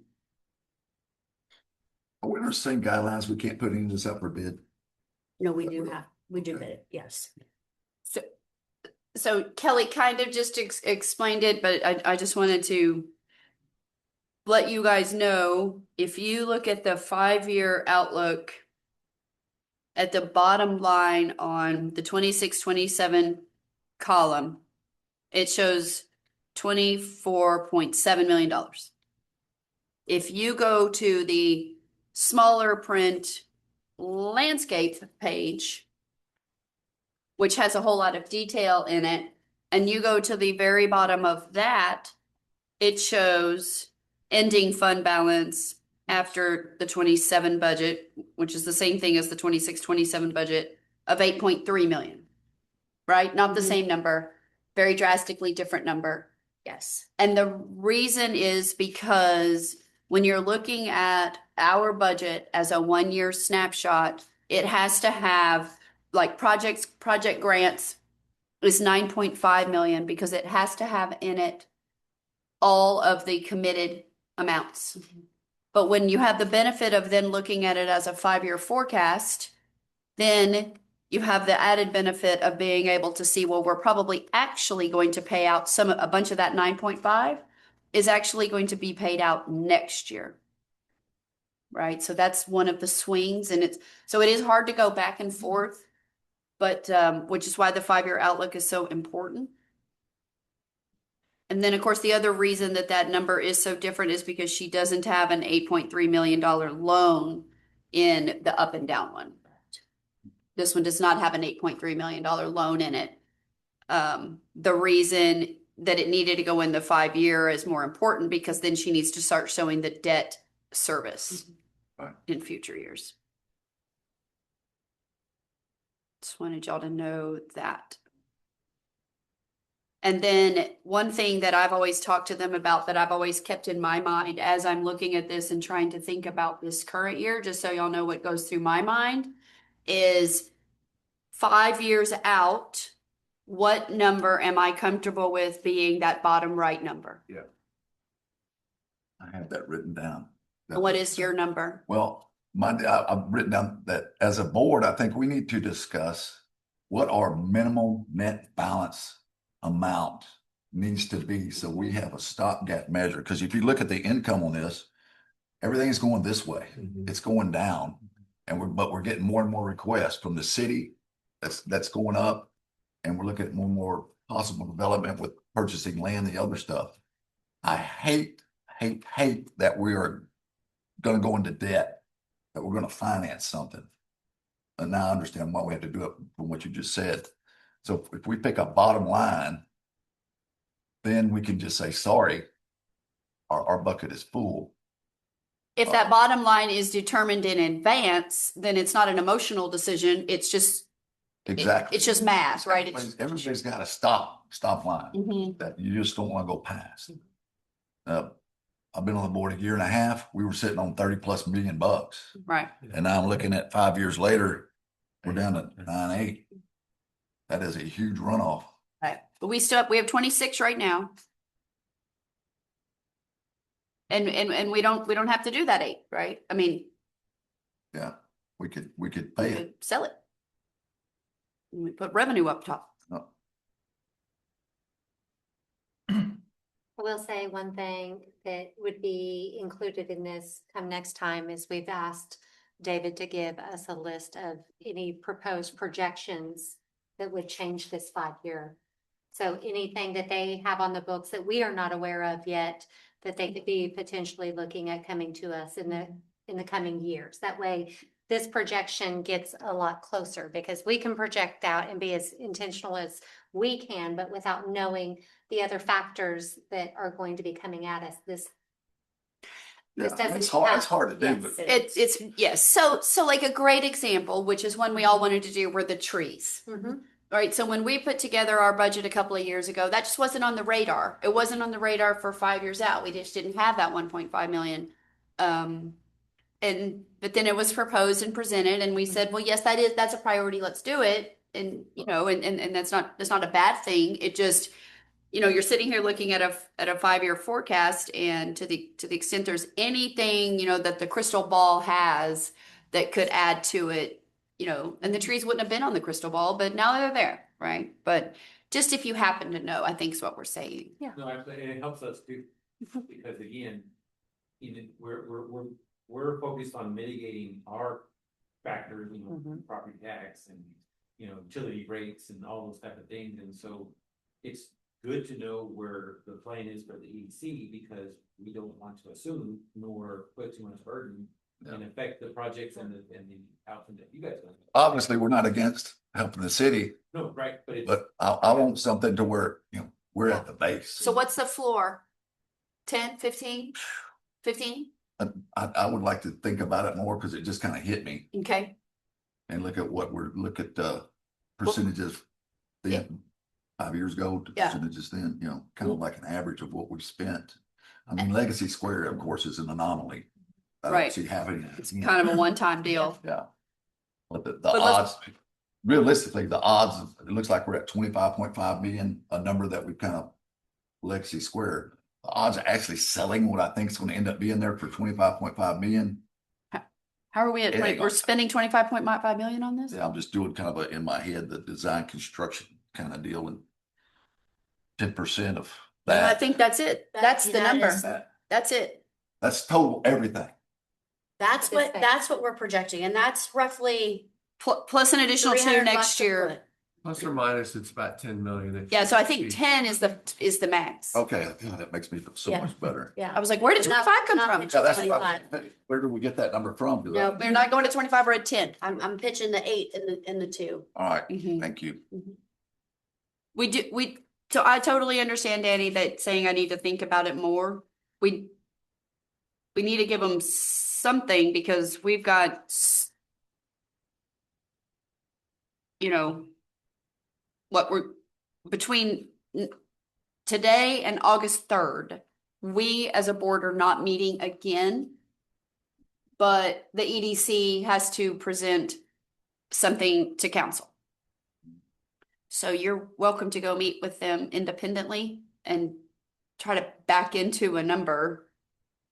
But this is our last chance as a group to sit in the same room together and talk about this before it goes in front of council. Because unfortunately, that's just how it works. Unless we schedule a special meeting, unless this board wants to schedule a special meeting that we post and put out there. I'm not saying we do it. I'm just saying that otherwise we have to give them something. Okay, but I'm sorry you have to educate me on everybody's time. This is just for next year, right? This budget. is 1 year. approved. Yes. So we can even talk about this next year. That's right. So, This is only 1 year. okay, so I'm You're really, right. if let's wait, because I don't want to discuss this baseline number for our ending fund balance, because I'm totally ignorant of what I need fact wise Yep. to determine what that number is. I don't want to set a number Okay. and then go, where in the hell? There's a whole lot of parameters to consider. One of the things is basically we're accruing the 8 million as an outlay, but we're not spending that. We just have to start making interest payments on it. So we're not spending the $8 million. We're borrowing the $8 million. It's just on debt. So it's just, we're gonna have a debt going forward. And because there's no debt service this year, that means we're taking it out at the end of the year? It wouldn't hit until. It wouldn't hit till 27. I mean, 20. The cash of it. Yeah. Correct. It would accrue, but you don't pay it. Right. Correct. Yes, I know fund accounting, but it is against my accrual basis nature. That's right, I just do forget. And then keep in mind, if we put in the 3 million for property acquisition, this number goes Yep. significantly down. Yeah. Mhm. Or we consider the sale of the property. Right. Right.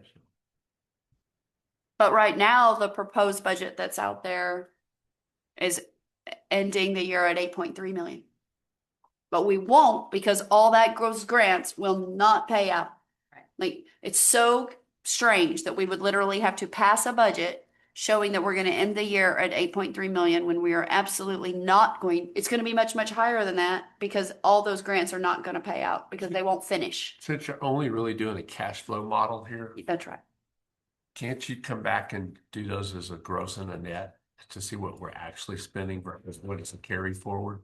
You know what I'm saying? Because we're really not cash flowing that amount. We're not cash flowing the 7.5. Well, they did it by putting it in the following year. Right, but it's not really cash flow. It's you're showing it as debt, but you're not flowing that as cash. You're only flowing the interest payments. Right. That's I, what you're- I put it in there just so that everybody could see, the revenue and then the debt side. Right, but that's why it's so startling because you're really not. You're going to be paying interest on that. It's really not. You're not cash flowing. It's bizarre. It's not cash, it's not accrual. Yes. You mean 26, 27? Yeah, Because this budget doesn't have the debt inflow in it? it's only you're showing the amount we're borrowing in the $8 million in there, but we're really only paying interest on the $8 million. We're not spending the $8 million right there. So Yeah, that's what's driving Lisa crazy. She's saying we would spend it. no, we don't spend it. It's not in 26, 27. It wouldn't all be spent in 20, because the project is probably gonna take 2 years 2 years. to get design and construction. Okay, but why do we have the full 8 million? So we have to have the full 8 million in the 27 budget because we would enter into a contract for it. We have to account for it. That's why I said if you showed a gross line and a net line, you really see the effects of what the real cash flow. But it's not in there. We can't sign a contract this year if we wanted to because it's not in the budget. So you're saying that 8 million on the big sheet, the great big sheet shouldn't be 8 anymore. It should be like 5. Should be whatever we're actually. Since this is a cash flow model. Correct. And we've done gyrations here of moving things in and out. Yeah. This would come in, but that wouldn't. So can we estimate? Would it be half? I could do 4 and 4. So let's do half and Yeah. half. Yeah. No, it gets us back to the same place in that It the whole does. point was 5 years out. Yeah.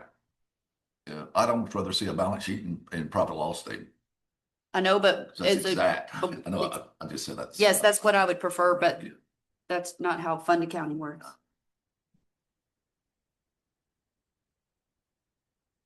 Pro forma balance sheet.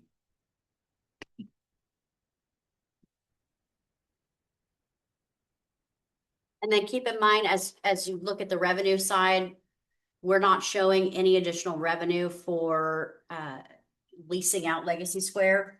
That will generate revenue, but it's not shown on here because it's an unknown. And we'll have associated expenses, so it's not gonna be. And I did A put net expenses in positive. there I put in about $600,000 for expenses for years 29 through 31. But I didn't project any revenue just because it's such an unknown. Yep. Okay, so let's look, so the 8 million, so the proposed budget has 8, so if we go up one more slide, please, McKaylee. Okay, it has 6, we talked about that. Okay, one more slide up, please. But so the biggest change, or the only material change other than my little piddly stuff, is making that 500,000 3 million. So that would be a $2.5 million flux in the budget that's printed out here. And then if we go back to One more. My suggestion, you're not asking for it, but my suggestion on that would be not to include the 3 million, to include a lower placeholder, and then do a budget amendment if we want to move forward, because it ties that up and then brings our fund balance so low. I agree. Great suggestion. Yeah. I think we leave it 500,000, and because we would want to go talk to council about it anyway. Right. I think it would just make more sense if we found something enormous to buy that we would just go ask council anyway, and that we would be getting a budget amendment anyway. Can you go to the South Oak slide for a minute? Are we really saying that we're actually going to be able to do this in next year, the $330,000? We can't enter into a contract if we don't put it, we wouldn't spend it all, but we would enter a contract. But is that going to happen? David says yes. City said they need the money to do. He says the need is there now for the drainage. About change orders on projects, we gotta pay cash for those because they're not in the budget. Like that 330 bumps up to 380 because unknowns pop up that they need to get paid for, they add to the contract. How does Well, that keep in mind, this is just design. This is not actual construction dollars. work? For my benefit, if construction starts, is that how we have to handle it? Going for an amendment to raise it? There's a change order. Sort of deviation, just like we did a roof repair. Okay, so one more up. So that ended up being 7,000, so they just made an amendment. Okay, and then one more up. Okay, we talked about that one. Let's go back to professional services one more time so that everybody here can look at that and be reminded. Okay, so the three asks that David talked about, are they in our budget? They are. All three of those, okay. Oh, no, you were right there. The professional services, let's look one more. Let's look at this together as a group because that is a huge number. And when council sees this, they're gonna see that's 660. But when we give them the draft budget, can it have a detail behind it for this? Yeah, I mean, we can do a presentation. Just like this, Yeah. right? So because they need to see that that has parking design in it for 360 and that there's one huge big ticket item in that can come in or out. Yep. Okay. So the AIG parking mobility, it says carryover. So that was appropriated last year and it didn't get spent. So that's a $263,000 contract for the parking and mobility study. Phase 1, which was what was presented tonight, the parking portion. Okay. And now we're going into phase 2. So we don't anticipate that we'll spend all of those funds by September 30th. That's why the carryover. What are we getting in phase 2? Phase 2 is the mobility component. So that's the circulation, that's getting people from the locations and parking to the activity centers. But we don't know what, I'm just throwing it out there. We don't know exactly what we're going to be doing yet. So why would we be doing a mobility study at this point? Should we put it on hold until we know what we're doing? To do a study and not know what we're actually going to build yet and what's going to be approved, that seems like it's a little bit cart before the horse, because then we go back and decide, okay, it's not going to be X, it's going to be Y. That's going to change the mobility study. Then we're going to have to come back and do it again. Am I wrong? You're gonna want to identify the parking location. Right. I know, but we don't know exactly what we're going to do yet. I'm agreeing with you. Yeah. Before you can move them from one place to another, you gotta know where you're moving from. Right. So maybe we need to put the mobility study on hold a little bit while we discuss parking? Yeah. So it still needs to go in the budget, but it's a great point to bring up. Yeah. Because conceivably before a year and 3 months from now, we will be moving forward. Should gel up. But Yes, right. yeah, okay. Okay. Directional. Do you have what you need? Think so. Okay. Good work, guys. Thank you. Everybody, board, you very much. good work for hanging in here on all these numbers. Don't we love numbers? I'm just a little bit. That's my favorite. My mom would say the same thing. That's why she was an English teacher for 30. Oh, yeah, the section just like Lindsey Graham did. Remind me to tell you the story about my mom in college math. Yeah, it's a symbol. That's horrible. That's terrible. All right, so let's get back here to our meeting. Executive, are we finished? Okay, that was a workshop only. No board action is required. Executive session. The Tomball Economic Development Corporation Board will now meet in executive session as authorized by Title V, Chapter 551, Texas Government Code, Texas Open Meetings Act for the following purpose: Section 551.072, deliberations regarding real property; Section 551.087, deliberation regarding economic development negotiations. We'll need to go to the back. Okay, we're moving rooms. Adjourn? Well, wait, don't we? Adjourn. No, we gotta adjourn. Yeah, adjourn. I say adjourn. Well, we gotta wait, we gotta open it back up, Oh, sorry. that's right. Don't leave. All right, for adjourn. Yeah. I gotta have somebody open it and then adjourn. At 9:56. Yeah. Do I have a motion to adjourn? At 9:56, we reconvene. Second. Okay. All those in favor? Aye. Any opposed? We're adjourned at 9:56. Thank y'all so much. I'm sorry it was such a long meeting.